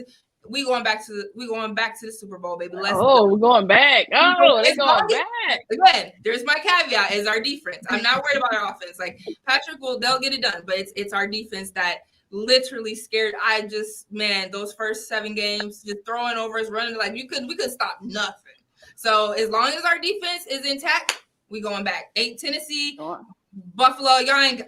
We'll see. Y'all got some more years till you get there. Like I got a question for Jay though. Having Travis Kelce throw a touchdown pass. Man, Why'd you have to do the Steelers like that? Like, hey, dang. that's chocolate right there. I was like, what just happened? Like he snapped the ball and everything. It wasn't like a play action pass. Right, No, he snapped the ball in the red zone and scored a touchdown. And I'm like, wait a minute. Hey, that's what we do. I'm sorry, Big Ben. It was your last game, but we had to do it. You know, we gotta do what we do. You know what I mean? On my show last week, they were like, "Oh, what if Big Ben's his last game?" And my pastor from back home, Pastor Tim, big Steelers fan, said, "I'm sorry. I know, and I love Mike Tomlin. That's the only thing I like about the Steelers. Big Ben need to be gone by, but we had to do what we did. You know, we don't want to embarrass you, but we did when my white chocolate." Travis Kelce is throwing touchdowns. I'm gonna leave right now. Just stop the game. Stop it. Just stop it, okay? Yes. Listen, I will always root for Travis Kelce. Me too. That's like my number one NFL crush right now. That man is so fine. That's Zaddy. Who? Oh, yes. Did you see it? You got a black girl. That's extra cherry on top. You got a black girl. And she fine. Like she fine. Like she's good for you. What's her name? Kayla Nicole? Yeah, something like that. Look, hey, go ahead, do that. All day, yeah. So Jay, right now, can we get a guarantee that the Chiefs are going back to the Super Bowl right now, Jay? Can we get a guarantee that the Chiefs will be in the Super Bowl? Yeah. Oh, she got quiet. She don't know. She don't know. She doesn't think about that. I have to ask somebody else. I didn't hear you asking. That's what I'm sorry. No, I said, Jay, can we get a guarantee that the Chiefs will be in the Super Bowl? Our defense. I said one more time. Our defense, we hold them to 12.9 points. You know, if our defense holds up, yes, I said it. The Titans, the Bills, they ain't got nothing on us. As long as our defense can hold up, that's the thing I'm worried about. If our defense is good, if we play like we did in the 8-game winning streak, we going back. I need them to because I picked them to be in the Super Bowl, Jay. So make sure you guys are going to be playing the Buffalo Bills. You guys are going to be playing the Buffalo Bills. You guys are going to be playing the Bills next week, and Josh Allen definitely is playing with a chip on his shoulder. The way that they were able to put the New England Patriots away, who has such the number one defense, the Patriots, and the number one defense in the league, and Josh Allen was running all over the place, throwing the ball, play action, all that. They were having trouble. Bill Belichick got shut down by the Bills. Yeah. So everybody, I just want everybody to remember 12.9 when they play against them. I want 12.9. I wanted to get it back in your head because yes, ladies, I gotta go. I gotta get ready for my show. It was a pleasure, Kelsey. Nice to meet you. Great meeting you. Root the truth. Yes, y'all keep talking it up, and I'll catch y'all next week. Bye. All right, have a good show. Bye, Thank you. Our birthday. Tune in 8 p.m. Central. All right. Happy birthday! Happy birthday, Sports Number. Woo! Let's go. Bye. So she's so awesome. Yes, I love her. I love her energy always. She's amazing. So I was listening to her show last week. Freaking dope. Too. Like she was owning it. Like her other two. She had a male co-host, and then they had like a special guest who was also a male. Like she was completely taking over the game. Like they had nothing on her. So I'm really proud of what she's doing. I love for sure. Yeah, we always gotta salute that. So I'll ask you guys as well because we were talking about the Chiefs and the Steelers. So what does this mean for the Chiefs? Because they did. Obviously they dominated the Steelers. The Steelers weren't a great team, but they were a playoff team nonetheless. So going forward, are the Chiefs back? Like, are they on their revenge tour? Like, does it look like a foregone conclusion that they're going to be in the Super Bowl, or is it one of those things where it's kind of up in the air? What do you ladies think? I don't know. I think it'd be really tough to go to the Super Bowl 3 years in a row. You know what I'm saying? Like, not saying that it's impossible, but the Kansas City Chiefs are going to have to go through the Buffalo Bills next week. And Josh Allen is playing on a whole nother level with his feet, with his arms. The man has a cannon connected to that shoulder. So I don't think it's going to be an easy road for the Kansas City Chiefs. I want to see how they play against the Buffalo Bills going into the next week before I can make any judgment calls on that. Yeah, I think it's going to be much tougher for them this season. But I think if anything, they've gone through adversity this season, right? I mean, the Chiefs, we were disrespecting them at one point in the season, saying, "Who is this team? This is not the team that we've come to know as of late." And all of a sudden, yes, they've been hitting their revenge tour at the right time. They hit and they're peaking at the right time. This is when you want your team to hit. And they were just having fun in that game. Let's just be honest. I mean, they literally were just like, let's just try everything in the playbook now. I mean, that's what they were doing. Like, I know the Steelers were on. I mean, Big Ben, let's be honest, we've been known he was on his last leg. I didn't know it would be that bad for Ben, but they gave him a nice goodbye. And like Jay said, I like Mike Tomlin, but I mean, there just was nothing. I mean, TJ Watt, remember for a while, that was the touchdown that they had. They had to get the defensive touchdown to finally get points on the board. Their offense just couldn't get anything going. So I don't think, unfortunately, that was a good matchup for the Chiefs, because when you're playing a team like that, again, your team is not being battle tested like they need to, but lo and behold, they will be next. But I think the great thing about the Chiefs is that they have so many playmakers that can step up, and it seems like the right guy at the right time. So I'm not counting out the Chiefs yet. I had them originally in my Super Bowl pick. I've been staying true to that because I'm not true to it, and I think they can get that. It's going to be hard. It's going to be hard. Don't get me wrong, but I mean, and Patrick Mahomes, when he's great, he's great, and he's another guy. If he just plays the game that he knows how to play, he's going to be phenomenal. It's just sometimes too when he puts too much on his shoulders and tries to be too fancy, that he can make those mistakes. But like you said, Josh Allen, he's earned my respect for a long time. Like, I'm not seeing enough, but what they did to that Patriots team and what Buffalo can do, especially when Buffalo is at home, it's special. It's special. And the bromance that he has with his receivers and tight ends, like, I mean, Buffalo has something brewing, and I'm starting to believe a bit in Buffalo and this Bills Mafia. So this is why we're loving the playoffs right now. Lots of great football.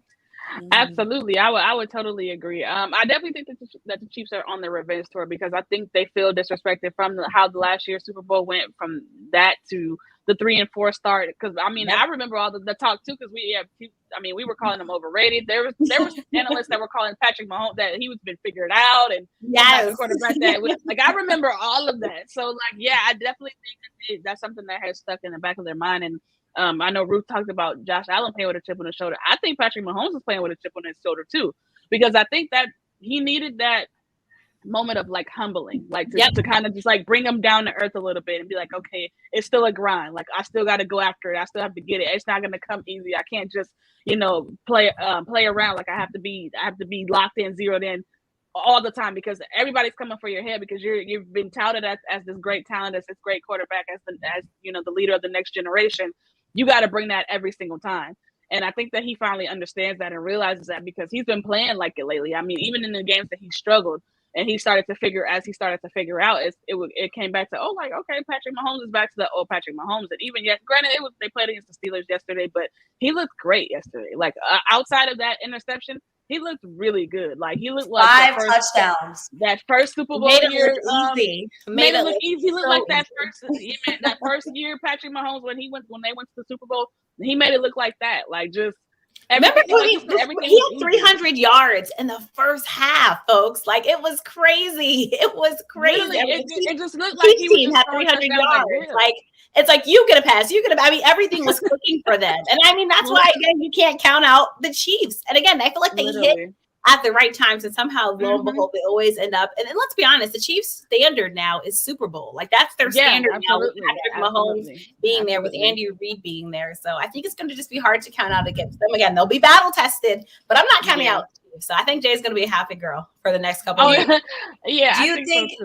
Do you think that Eric Bieniemy, the offensive coordinator for the Kansas City Chiefs, do you think he's going to move on to pick up one of these head coaching jobs around the league, since there's so many options? You can go to Chicago, you can go to the Jags, you can go the Raiders. I don't know if they're going to be having Richard. Dang, now I can't remember his name. The intern head coach for the Raiders. Bisaccia. Richard Bisaccia. Yeah, I don't know if they're going to be promoting him to head coach. So, I mean, I feel like the Las Vegas Raiders would be a good fit for him, since it would still be in the AFC.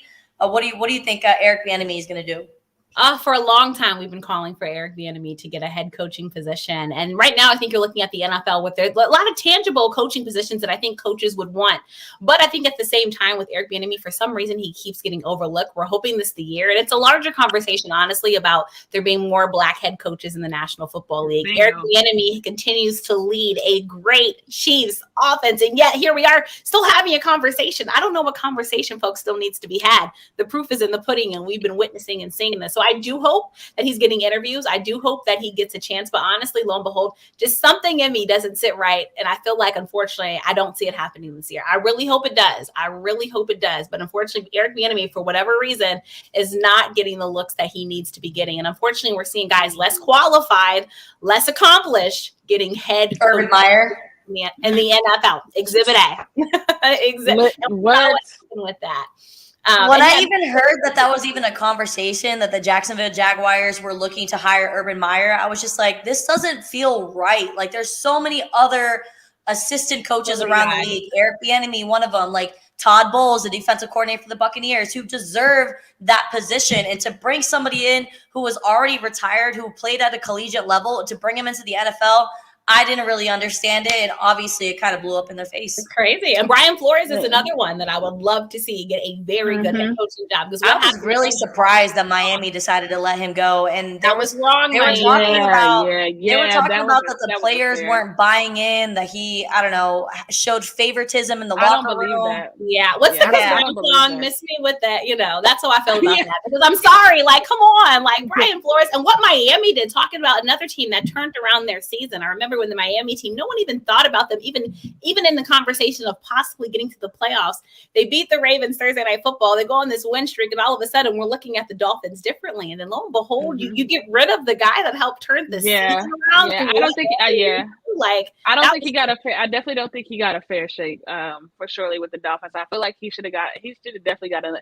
If you're gonna keep Urban Meyer for as long as you kept him, with everything that was going on with that team, like, you mean to tell me literally took a player saying like his hands were on me for something. And then be like, oh, you know what? Actually, maybe like what? No, like you should have been gone. You talking about losing a locker room? He never had the locker room. Nobody believed in Urban Meyer. Like.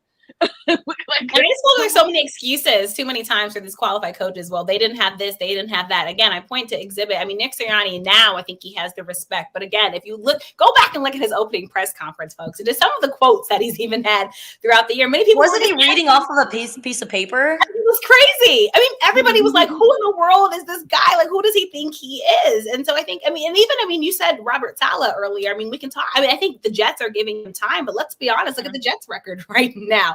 I mean, not much has changed. And I know, of course, they have a quarterback, but then how do you bring a defensive-minded coach like Robert Saleh and then your defense actually declines? Like, that didn't really make any sense to me. I think the New York Jets are going to have to reassess that whole situation. It was a rough year for them. Really for New York sports teams, if we're being honest. It was a rough year for the Giants. It was a rough year for the Jets. So New York, they've got a problem and they have to fix it. And it just a lot has to change. But that Giants head coaching job, I think, is attractive.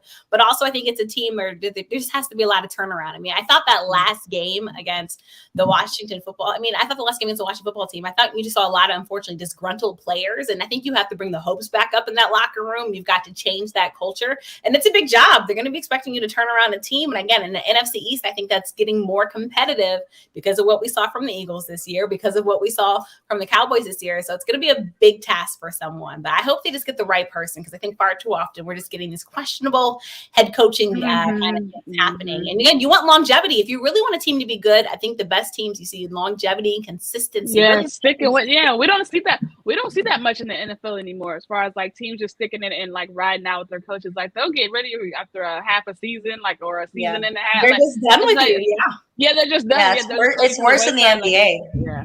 Oh my goodness. And then exactly. We talked about Patrick Mahomes. Think about how lucky he is also to have a great mind like Andy Reid, right, at the helm, and what Andy has also been for that organization. And I'm not taking anything away from Patrick Mahomes, but it helps when you have consistency and that head coach, consistency in the offensive coordinator, and honestly consistency too with your players. And we don't talk about the Chiefs culture. We don't hear anything bad about the Chiefs culture. I feel like they have things in order from top, talking about the ownership to bottom. And I think that's why they're also been proving this winning culture that continues in Kansas City.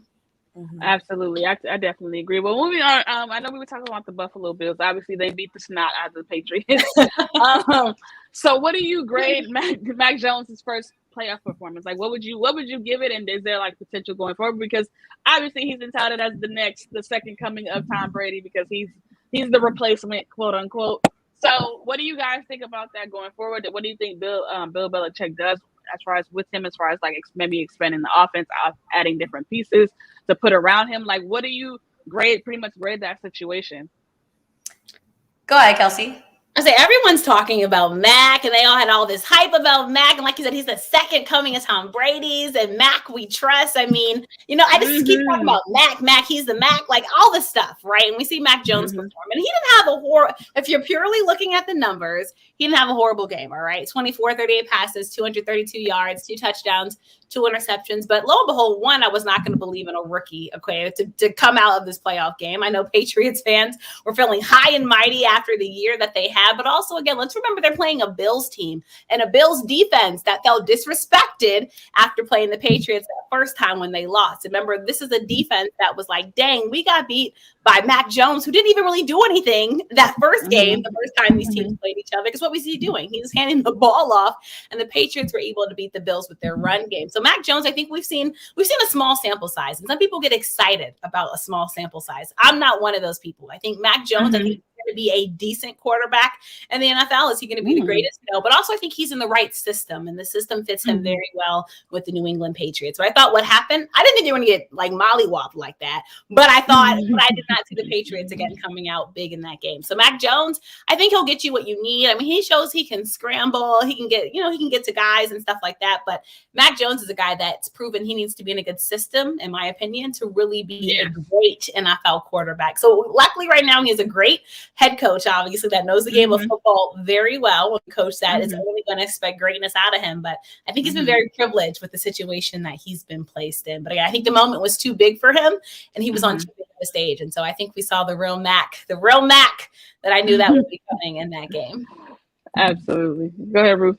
I had a lot of faith in Mac Jones coming into the New England Patriots organization. He was I think he was the 5th quarterback taken in the draft, and he had a better season than all 4 of those quarterbacks before him.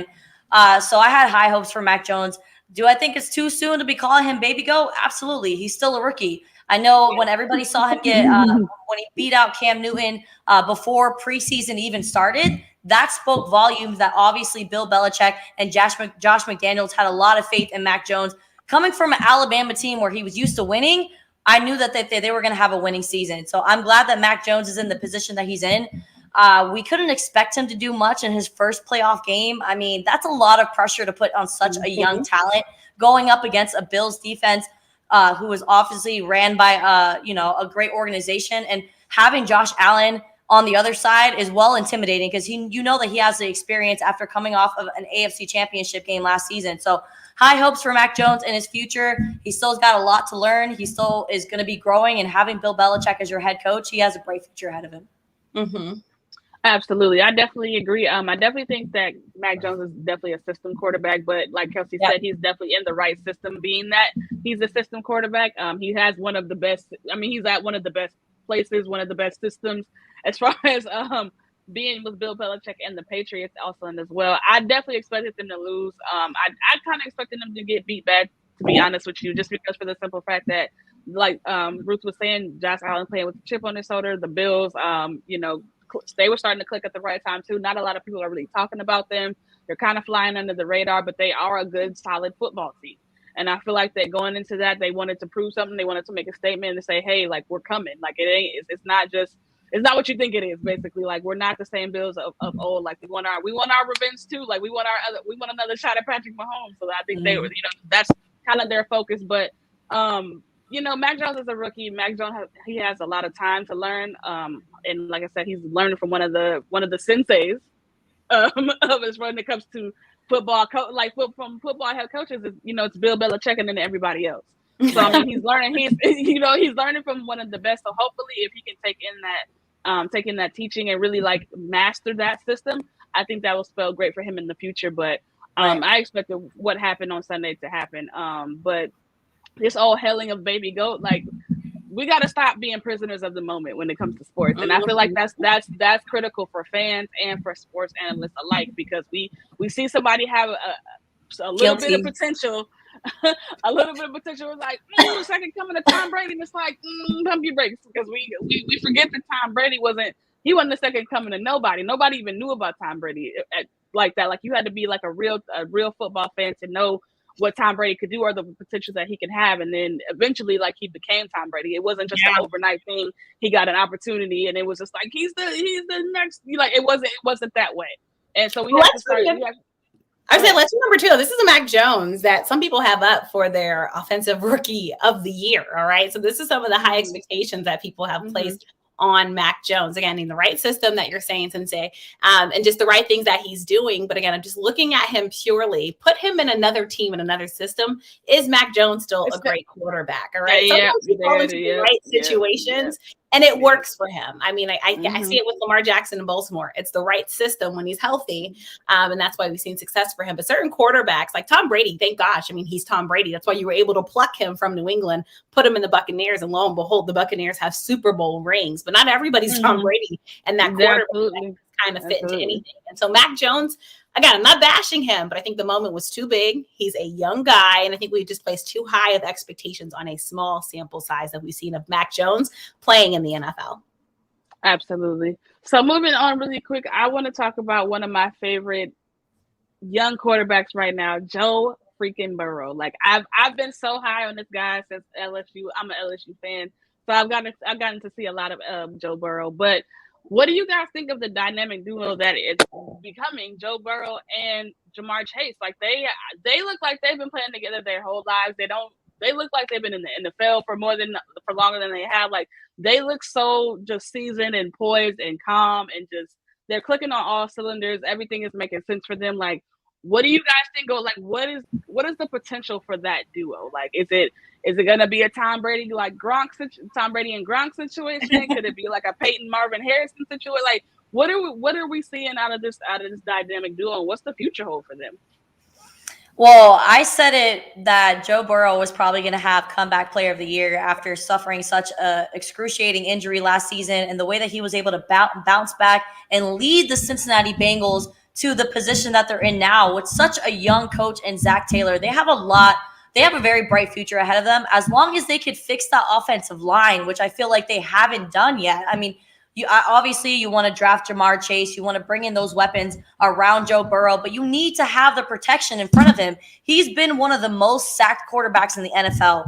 It's been crazy to watch. He had the injury too, remember? Exactly. The man is always running for his life. So I think for them to have successful future for Jamar Chase and Joe Burrow, they're going to have to draft some old linemen and fix that problem before he ends up getting hurt again. Yeah, I think on Joe Burrow and Jamar Chase, I think they've become the league's new best bromance. Before it was Josh Allen and Stephon Diggs, and now we love Joe Burrow and Jamar Chase and the numbers that they've been able to put up. I've covered the AFC North for a long time, and no one was talking about the Cincinnati Bengals. Everyone was talking about them. They're the Bungles. They're never going to be relevant again. And lo and behold, they took the AFC North by storm. And let me tell you, Joe Burrow is a sensitive subject in Baltimore because of the games that he's had against the Baltimore Ravens this season. And lo and behold, I know the Ravens had a bunch of injuries, but Joe Burrow has proven that he deserves respect in this league. We've talked about him being possibly the comeback player of the year. And what a comeback it was. You think about just a year ago, Joe Burrow, that injury, having to bounce back from that. And what he's done, he's made the Cincinnati Bengals relevant. And him and Jamar Chase, they just have a connection, unlike any connection that you've ever seen. And it's like, why you would play man coverage against Jamar Chase and what he's able to do to you to embarrass your secondary. We're seeing it time and time again. I think Joe Burrow literally has, in Jamar Chase, he has a quarterback's best friend. I mean, what can Jamar Chase not do? He's put up record numbers. He's broken records. I mean, literally he's everything that you could want and more. So them being able to continue what they started in college and build it out.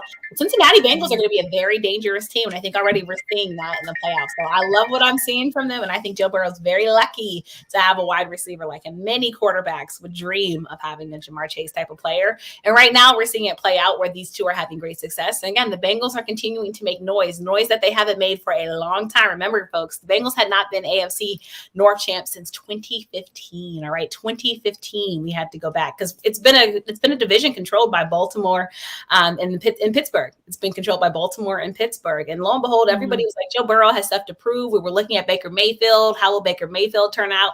But right now we're looking at Joe Burrow as the quarterback that's atop of that division, especially with the injury that Lamar Jackson sustained towards the end of the season. So I love it right now, honestly. Give me more Chase, give me more Burrow, and I'm a happy football fan. Absolutely. I totally agree. Like I said, I love Joe Burrow. I love Jamar Chase also in as well. And I just think that the dynamic of those two together right now, being that they've played together before in college, they already have chemistry. So they didn't have to really like get on the same page. They were kind of already there. They were able to learn that offense really fast. And I mean, they are like, man, like I said, they're just firing on all cylinders right now, and I'm so excited for the future for them. I think that they're definitely the future of as far as quarterback and wide receiver, and as well as like that dude Jamar Chase is still like seeing him play in his first playoff game and just how effortless it looked. I was so impressed with that. Like I was just so amazed by that because I was just like, wow, you would swear this guy has had playoff experience. Like he was just feasting, like everything He's an athlete. He's a baller. Listen, everything that was thrown his way, he was catching. I don't think he dropped a single pass that day. So it was just really impressive to go ahead and see those two perform. So really quick, I think we still have the young lady here. I want to go ahead and bring her in because I know she's been waiting to come on. So I'm going to go ahead and bring in Mia Williams. Lucky, I was about to talk ignorant. Awesome. And I'm so sorry to drop, but I have to catch. I have another show. Okay. I want to talk this game. It's all good. For having me. Yes, thank you so much for coming. We appreciate it, sis. Thank you so much. Thank you so much. Bye, ladies. Bye, everyone. Bye. Bye. All right, baby. How do you get back? So we have the quarterback trainer as well as the quarterback. Welcome to the show. We're so sorry for the wait. We appreciate you hanging in there for us. For the wait. Can you introduce yourself to our audience and let us know where you guys are from? Hi, I'm Coach David Kennedy, owner of quarterback, Best QB Ever Academy. And this is one of my top students, Mia Williams. My name is Mia Williams. Hi, Mia. For Lady Ghost Playmakers. Awesome. So nice to meet you, Mia. I'm going so to the nice to meet you. To represent the Cardinals. Can you hear us? Nice. Yes, I can hear it now. Yes, she was. I'm sorry, I can hear it now. But yes, so you said you were going to the playoffs, correct? Yes. Okay. All right. So when is your Pro Bowl in Vegas? So when is the playoff game? February 3rd. Nice. Are you ready? Yeah. Yes, are you ready? Are you excited? Are you pumped? Yes, I'm very pumped. So when did this love of football begin for you? Because I know you're a young lady. I think you're 11 years old. When did you start slinging the pigskin? The summer of 2020. I found Coach Kennedy. He was highly recommended from some of the coaches I've worked with. Awesome. Now, do you have a favorite NFL team? Is there any quarterbacks that you idolize or look up to? Steelers. Giants. Did she say the Giants? Oh no! Oh, she's a Cowboy fan. You should have did that. Oh, no. It's okay. It's okay. I have respect for the New York Giants and their organization. I was really bummed that they decided to fire Joe Judge, the head coach, after that season. But it is what it is. What made you a Giants fan? My brother liked the team. I also really liked Odell Beckham Jr. He was on the team. OBJ, yes. Go ahead, Sensei. No, it's all good. So Mia, I'm again sorry about the wait. Definitely so happy to have you on the show. So you're gearing up for the playoffs, obviously. Do you feel any pressure when you go into these games, just being that you are, you know what I'm saying, you are a young lady and you are on a football team? Do you ever kind of get nervous, or it's just one of those things where it's like, I'm comfortable here, I know what I'm doing? Like, how do you feel? Well, I feel nervous, but I also feel confident. Absolutely. That's a great answer. You should always feel confident, girl. You can do anything in the world. So I'm definitely happy to hear that. So they call you the best quarterback ever, right? You like the best, known as the best ever? Is that a thing? No, is that a thing? They don't call No? that. No, that's the No, name. no. That's the name of my academy, and the reason Okay, it's nice. titled, yeah, the reason it's titled Best QB Ever Academy is because when I train these kids, I train them to be the best that they can ever be. There's Absolutely. no arrogance behind the name or anything like that. It's just a catchy phrase, of course. But Absolutely. yeah, I train these kids to be the best that they can ever be. And the Absolutely. reason that we would like to speak with you guys is to basically talk about our clinic that's coming up. I've put Absolutely. on clinics throughout the country. This will be the first time I'm actually doing it for all women. And Mia here is pound for pound the most accurate quarterback that I've ever trained. So So you're the best ever. No, I'm just kidding.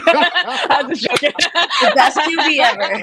No, I'm just joking. she said you're the best ever. Well, So what kind of started this? What inspired you to start this clinic, and what transitioned it to be all females? well, as far as to start this particular clinic, the inspiration one, I'm a girl dad.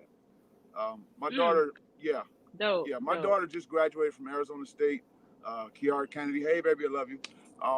But yeah, she just graduated, played softball for Arizona State, and I know what it's like to see women play the sport, and they're no different. You know, a lot of people look at the women's game differently than the men's game, but no, they train just as hard. You know what I mean? They have the same passion, the same desire, and Mia has all of those traits. You know, so one of the things that I've noticed is a trend going. I don't know if you guys are aware, but now flag football is offering scholarships for NAIA schools. Yeah, Wow. and I did Wow. yeah, not know so that. that's yeah. I just I found out didn't not either. too That's long ago myself. incredible. Wow. Where was Right, that when I was in high school? Sheesh. Right. Right. I'm I played saying. flag football all 4 years. Ain't nobody offered me no scholarship. well, I don't know if you know, flag football is actually in high schools now here in Arizona, like for competitive reasons. So Mm. yeah, it's Yeah. it's real. It's real. And Mia's been training with me since what, 9? Yes. Yeah, 9 years old. I've been training her since 9. She's 11 now, so she plays flag football, and she's telling me her aspirations are to get a scholarship. So here we are, just putting in the work. Absolutely. So to That's answer your incredible. question about what inspired me to do the camp, pretty much Hmm. her. You know, Yeah. I see the passion, I see the desire, and you know, I figure, wait a minute, because this is actually my third winter whiteout, but we titled Hmm. this one "Ladies First" because, like I said, this is my first one. My partner James Way and I, we came up with the title, and we're just trying to push the agenda. It's a trend Yeah. right now. Football for young ladies is, starting to become a little popular. So it's a trend Hmm. that we're just trying to push. And you do have some questions like with football, it's too masculine or something like that. No, Hmm. it's not, especially flag football. I mean, you can still stay feminine, you know what I mean? Especially Hmm. flag football. You don't have to worry about beating up on each other and everything like that. Right. Right. I don't know Right. about Mia. Right. She probably will. She tries to beat me up outside of this. As long as they Oh, don't call it you be powder puff beating him up? football. No, it's not. Yeah. No, it's None of flag Yeah. that. football. Right. None of the power The puff way stuff. I train her like I'm training, my high school kids. I've trained college kids. I trained the former ASU quarterback Dylan Sterling Cole once, and Mm. yeah, I mean, I train her like she's nothing different, and it shows Mm, when she throws the football as well. right. You're all Absolutely. right. How long have you been? How long have you been in? How long have you been into coaching? Like as far as just coaching I'm high sorry, I school didn't hear kids, you. and how long have you been into coaching? Like just being a personal coach, or just like team sports. Like how long exactly have you just done I've coaching? actually I've actually been a position coach. Since about 2010ish, somewhere around no, somewhere Mm. around there. But I've been coaching youth football since 2007, and as an official business, I've been in the business since 2017 officially. But yeah, I played college football. Went to historical black college, Clark Atlanta University. Dope, Yeah, dope, it's dope. fantastic. Yes, shout out Atlanta. I love going CAU, down that's there. right, all day, every day. Yes, But yes. yeah, and then from there I played in a couple professional spring leagues and everything like that. And chased the dream like everyone else. Came pretty close. I keep hearing Dallas Cowboys. I cringe Oh, when I hear that. But oh. no, I cringe because I worked out for the Cowboys once. Worked out for the Oh, did Cowboys. you? Oh yeah, yeah. It was Jason Garrett's father at the time, Regional scout. Told me the realest thing Oh. I ever been told in my life. He said, you know what? You have everything. He said, you have a quick release. You have a strong arm. He said, you even have the intelligence to play on the next level. But you know what you don't have? And I said, what? And he was like, timing. I already have 6 quarterbacks in camp. So that was like the realest thing that I've ever heard from a person. You know what I mean? It was just, Yeah. a lot of people don't realize to make it to the next level like that, a little bit of luck and timing has to be there. Yeah, Oh, for absolutely. sure. Yeah. Absolutely. But That's yeah, so I real. mean, but everyone has a story, and my story helps me help her. You know what I mean? Mm-hmm. All the struggles, all the teachings that I've learned, I'm passing it all down on, in this brain right here. To the next generation. Next Yes, generation, yes. right? And again, So it's a since trend, so we gotta we push talked it. about flag football and how it's trending in the right direction, do you see flag football ever becoming maybe a college program where we could see these young ladies actually thrive in the game of football at the collegiate level? Well, that's what I'm saying. It's already there. They're Is it offering, really? yeah, they're offering scholarships right now. There's Wow. Okay. there's a young lady that's I think 2 years or a year older than her that's already gotten offered and committed to a college. Yeah, the NAIA schools are now offering scholarships for these ladies to play in college, and it's already Wow. in high schools right now. Matter of fact, I think Basha High School here in Arizona, in Chandler, Arizona. Yeah, they have the whole football program. So you'll go to Friday Night Lights or whatever days they play, just like you would for the boys. They need to bring Oh, that to the nice. East Coast. It's slowly but surely coming. It's coming. Yeah. It's coming. And again, that's part of the reason why I got into wanting to promote this clinic and everything. Get the girls out. It's a, like I said, it's a trend that's an uprising trend. And when you see these young ladies play, it's fun to watch. Yeah. It's really fun to watch.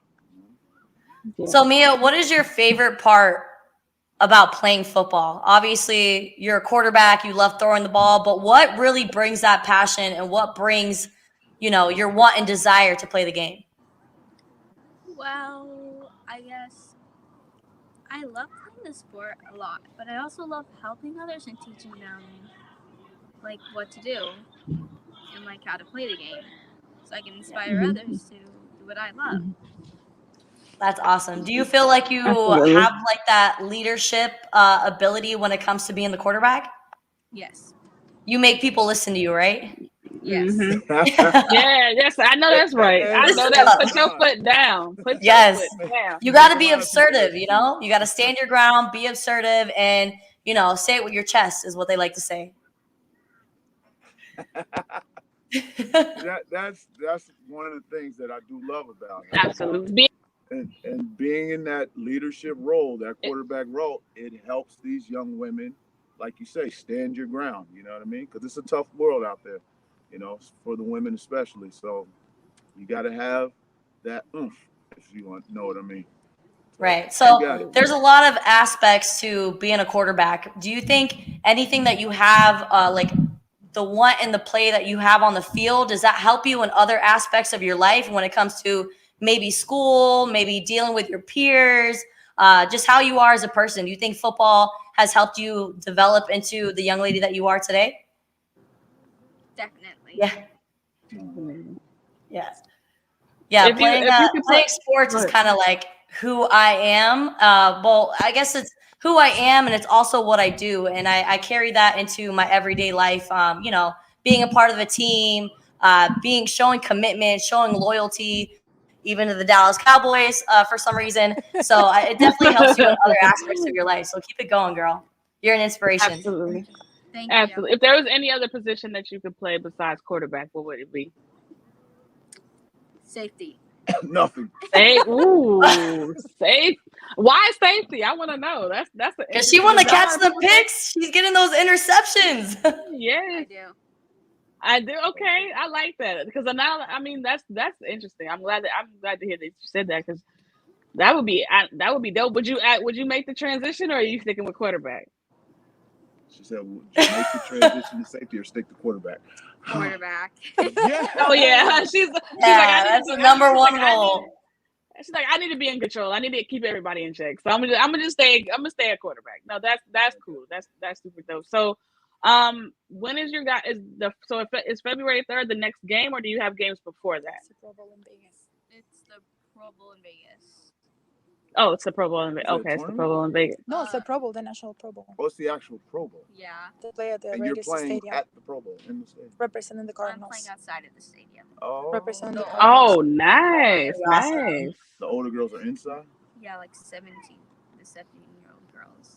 Nice, Playing nice. inside. Nice. That's awesome. Who is your favorite quarterback in the NFL right now? Because I know you're a Giants fan, but Daniel Jones isn't really that good. So there might be another quarterback that you look up to. What is his name? I like Tom Brady and Cam Newton. Yeah, Okay, we Tom like Brady that. all the We like way. We like that. Okay, Tom. So who's your real quick? Who's your favorite female athlete of all time? So who's your favorite? You said female athlete of all time? Yep. Female Mhm. athlete. Who's your favorite female athlete of all time? If you have one, I don't know if you have one, but Sure. Myself. Yourself. ah, yes, Yes. yes. I was hoping you'd say that. Now, so let the people know really quick again, you guys, everything that you have going on, and where they can, if there's a way that they can follow you or reach out to you, so that they can support Mia as she goes forward and continues to play in these flag football games. Well, Yeah, if you guys have like a website or Facebook Yeah, page, or let our audience know where we can find you. Yeah, That's I for post sure. a lot of her videos on my social media. You can follow Okay. Best QB Ever Academy LLC on Facebook. Okay, I'm about to do that right now. Also, my website is www.pinpointqb.com. And my Instagram is the initials BQBEA _ QB Guru. Okay, all right. We will definitely. I'll go ahead And and we're follow having you. our clinic. Our clinic is going to be January 22nd, this Saturday. And what happened with that, the organization that I just now partnered with, they're called the Syndicate. They're a youth organization that pretty much supports youth sports. And what they did, they came on to sponsor this clinic. So now all the young ladies can come out for free. There's no fee for the clinic. We got guest coaches coming from all across the country. So we're trying to get as much young women to just get out there, learn the game of football. And we're going to have games and awards. And Mia, I'm sure, is going to walk away with some of them because she's, like I said, pound for pound. I'm serious. You see this young lady throw. Just when you go on the websites and on the social media, check her out. I'm going to make sure I post something else tonight, too. So, yeah, she's doing pretty Absolutely. well.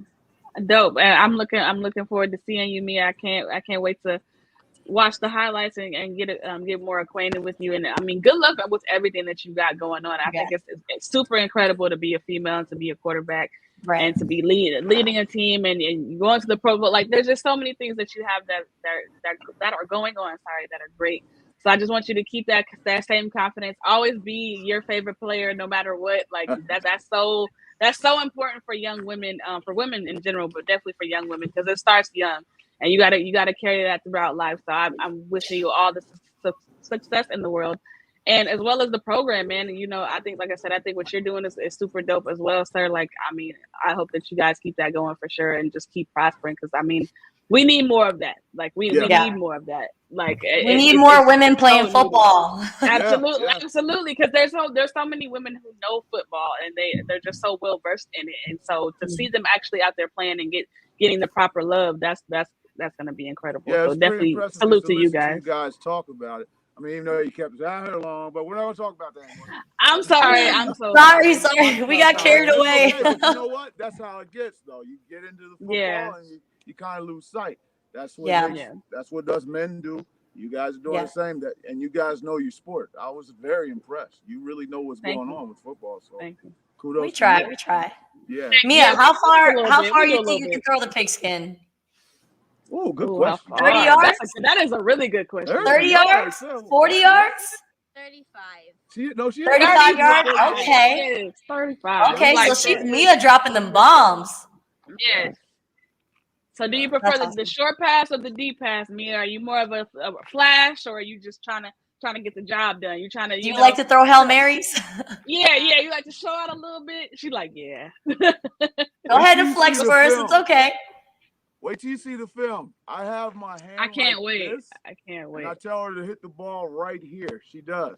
Then I tell her to hit a pole about 30 or 35 yards away, and she does.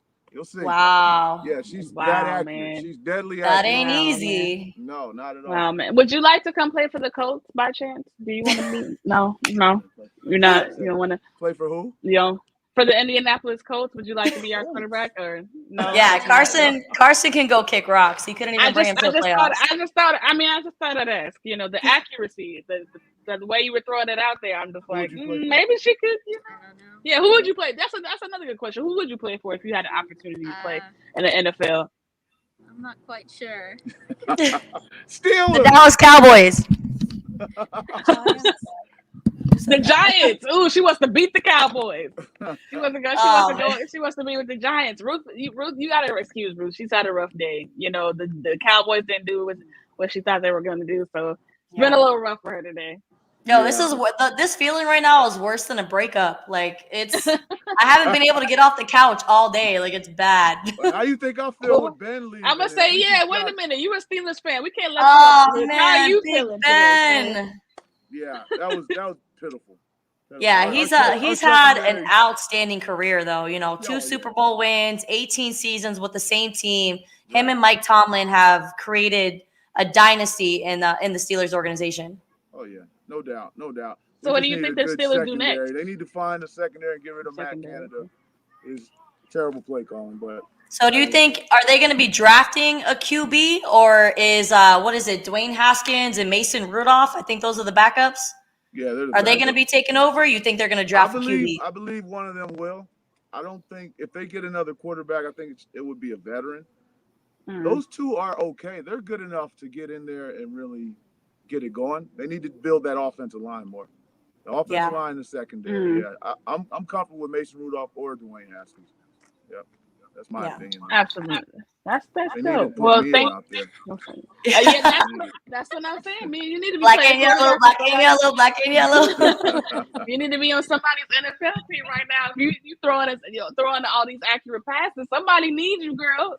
Watch Mia's gonna be the first NFL women's quarterback. I've already see it in the future. So if you keep in the same road and you keep your coach by your side, you're gonna make it far, young lady. I'm just saying when it does happen, can play without getting hit. So she can. All she needs is protection. That's all she needs. She just needs a good offensive line. Whistle like they do for him. Yeah, that part. The Brady effect. Seriously, no. I'm just saying when they make the Mia movie, can we be in it? Can we get like a little? Because it's coming. Like you're gonna get. There's gonna be the Mia movie where she's gonna be the greatest quarterback ever. They're going to take clips from this interview. We just want a little clip in the. Can we just be in the movie? We just want a little clip in the movie. That's all. I'll give her a shout out. I'll be your equipment manager. I got you. Well, guys, we thank you so much for joining us. Again, I am so sorry for keeping y'all waiting, but thank you guys so much for coming on. Mia, like I said, absolutely. And we appreciate you for coming. We wish you all the success in the world. We'll definitely be paying attention, watching your moves and letting everybody know that we know you. Because once you become a celebrity, we're like, we know her. She was on our show. She was on our show. She was with us.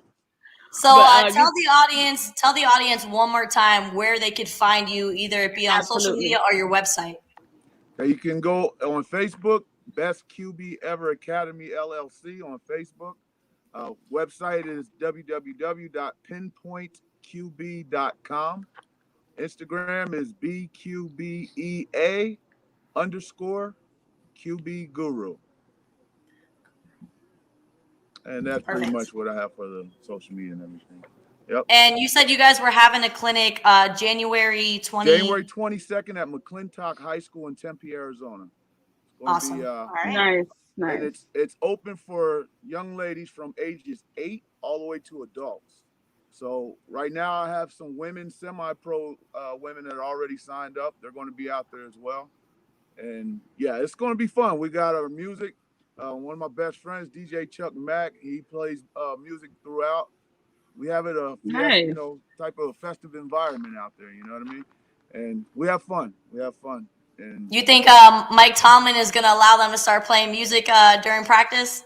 not after what's his name? Yeah, I know what you're talking about. Claypool. Chase Claypool. Yeah, not after you messed it up. No. Man, I couldn't ruined even it. believe you made that comment. I'm like, That was really, hilarious. dude? Really? Yeah, You guys are ruined playing it. the way you're playing. You're talking about, oh, there needs to be music Yeah, we at need to have some practice. music Like, out there. No, you need to catch the ball and run some routes. Well, right. pew, shot fired. Pew pew. Facts. All right. Well, thank you guys so much for joining the show. We'll definitely be following you guys and you know what I'm saying, keeping up with everything that you're going on. Mia, good luck with everything, all the games coming up.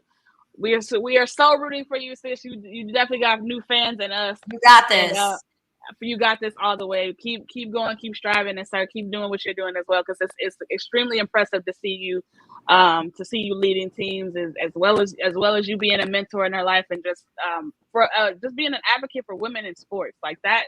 Again, important. We need all the allies that we can get. But this has been another episode of the Sports Senseis. Thank y'all so much for joining us, we will be back next Monday.